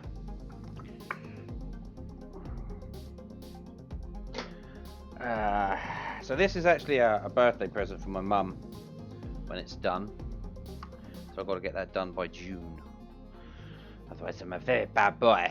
Now, a lot of people think, oh, making presents for your, for family is make it, you just buy it. And I think that's a very shallow attitude. If you've got a skill and you can spend time, effort and love in making something for someone, that's much better than just going to a shop and buying some piece of tat. I spent 3 months building a Land Rover for my dad. It cost me a fair bit of money to get the bits and pieces and all the paint and everything. It cost me 3 months, and in the end, when I went to give it to him, I didn't want to give it to him, but I knew that's why I'd built it, and he loved it. He was like, oh my god, that's so amazing, because not only had he not seen something like that before, but he knew how much effort that would have taken me to make. So if you've got a skill, like, woodworking or something like that, that is always a much better gift to give, I think. It takes no thought to go and buy some piece of tat from a mass-produced thing, does it? If you can do it well as well, can't beat a made gift, I don't think. Just love putting to them. Especially if you don't want to give it away when it's done. That Land Rover, I was like, it was sat up on my shelves for a little while. And I'm sat there thinking, oh, I'm going to miss it when it's gone. And I do. I miss it. And every time I go to my mum and dad's, I always check it out. But that's the point. That is the point. I put so much into that it was hard to give away. And that's why that shows how much that person means to you.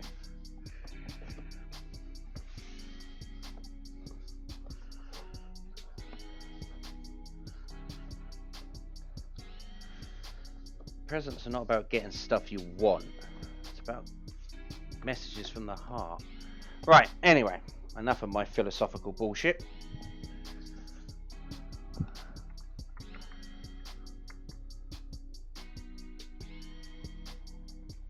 Right, we're going to leave that to dry. I'm probably going to respray that again off camera. But that is enough from me for today. Put it down on my... this song. I want to get rid of this song. I want to get rid of this song. Which one is it? Which one is playing? This one. Let's get rid of that one. Remove from playlist. Yep. Remove song. Just goes round and round in my head. Just does my head in, that one does. Right, I'll tell you what we do. We will go back to albums. And we'll go over to here. And we will go to here. There we go. Now it's nice and relaxing while we can talk. Okay, just chatting. Here we go. Right, that is going to be it from me for today. There is not much else I can do without starting a new project. And I've got so much on already that I don't want to actually start a new project. I am desperate to get on with that Mustang. I just so want to do it. But I know I've got all these other things on the go as well, so I kind of want to at least finish one thing first. So once I finish that Mini, then we can get on with that Mustang. Or if I don't have anything to do, we will make a start on it.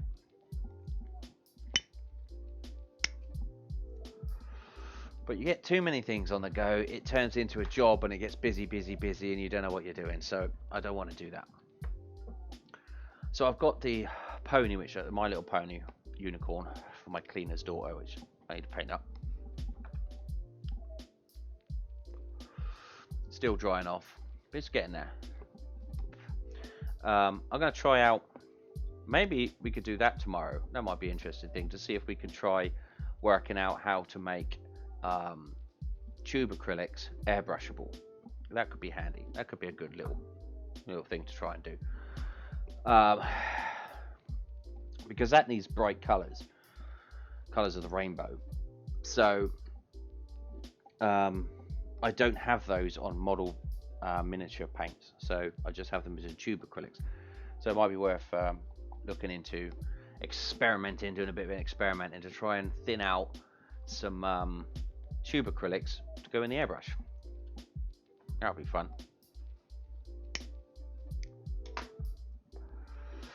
We'll also check how excuse me, don't smoke, kids. We'll also check out to see how the paint has dried on that Mini, and hopefully tomorrow we can do some gloss coats. That would be really good if we could do some gloss coats. But the trouble is, what am I going to do between gloss coats? The horse will be sand. The horse will be dry, so I could sand down the horse. Good thinking.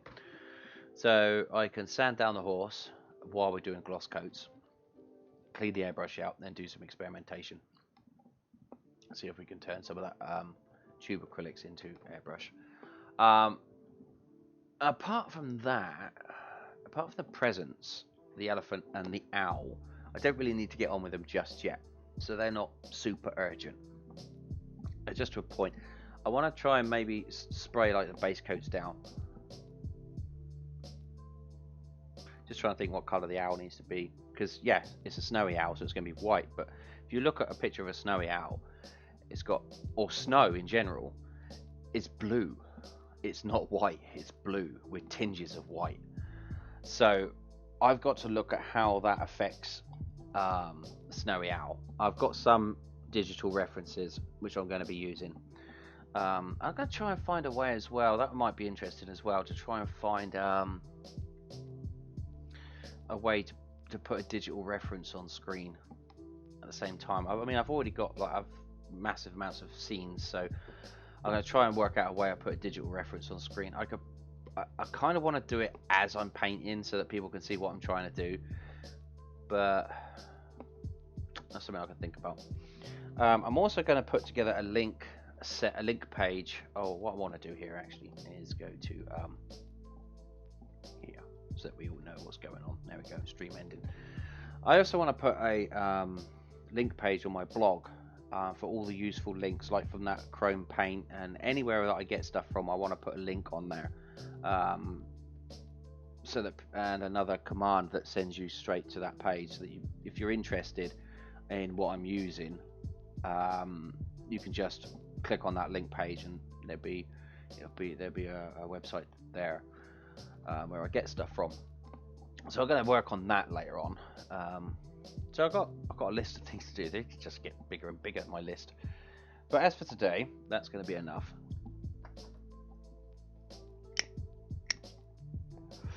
We've done a fair bit, and I'm going to be coming back in a little while after a bit of a rest and a bit of a reset up, rejig, and I'm going to be trying to play some more Dragon Age.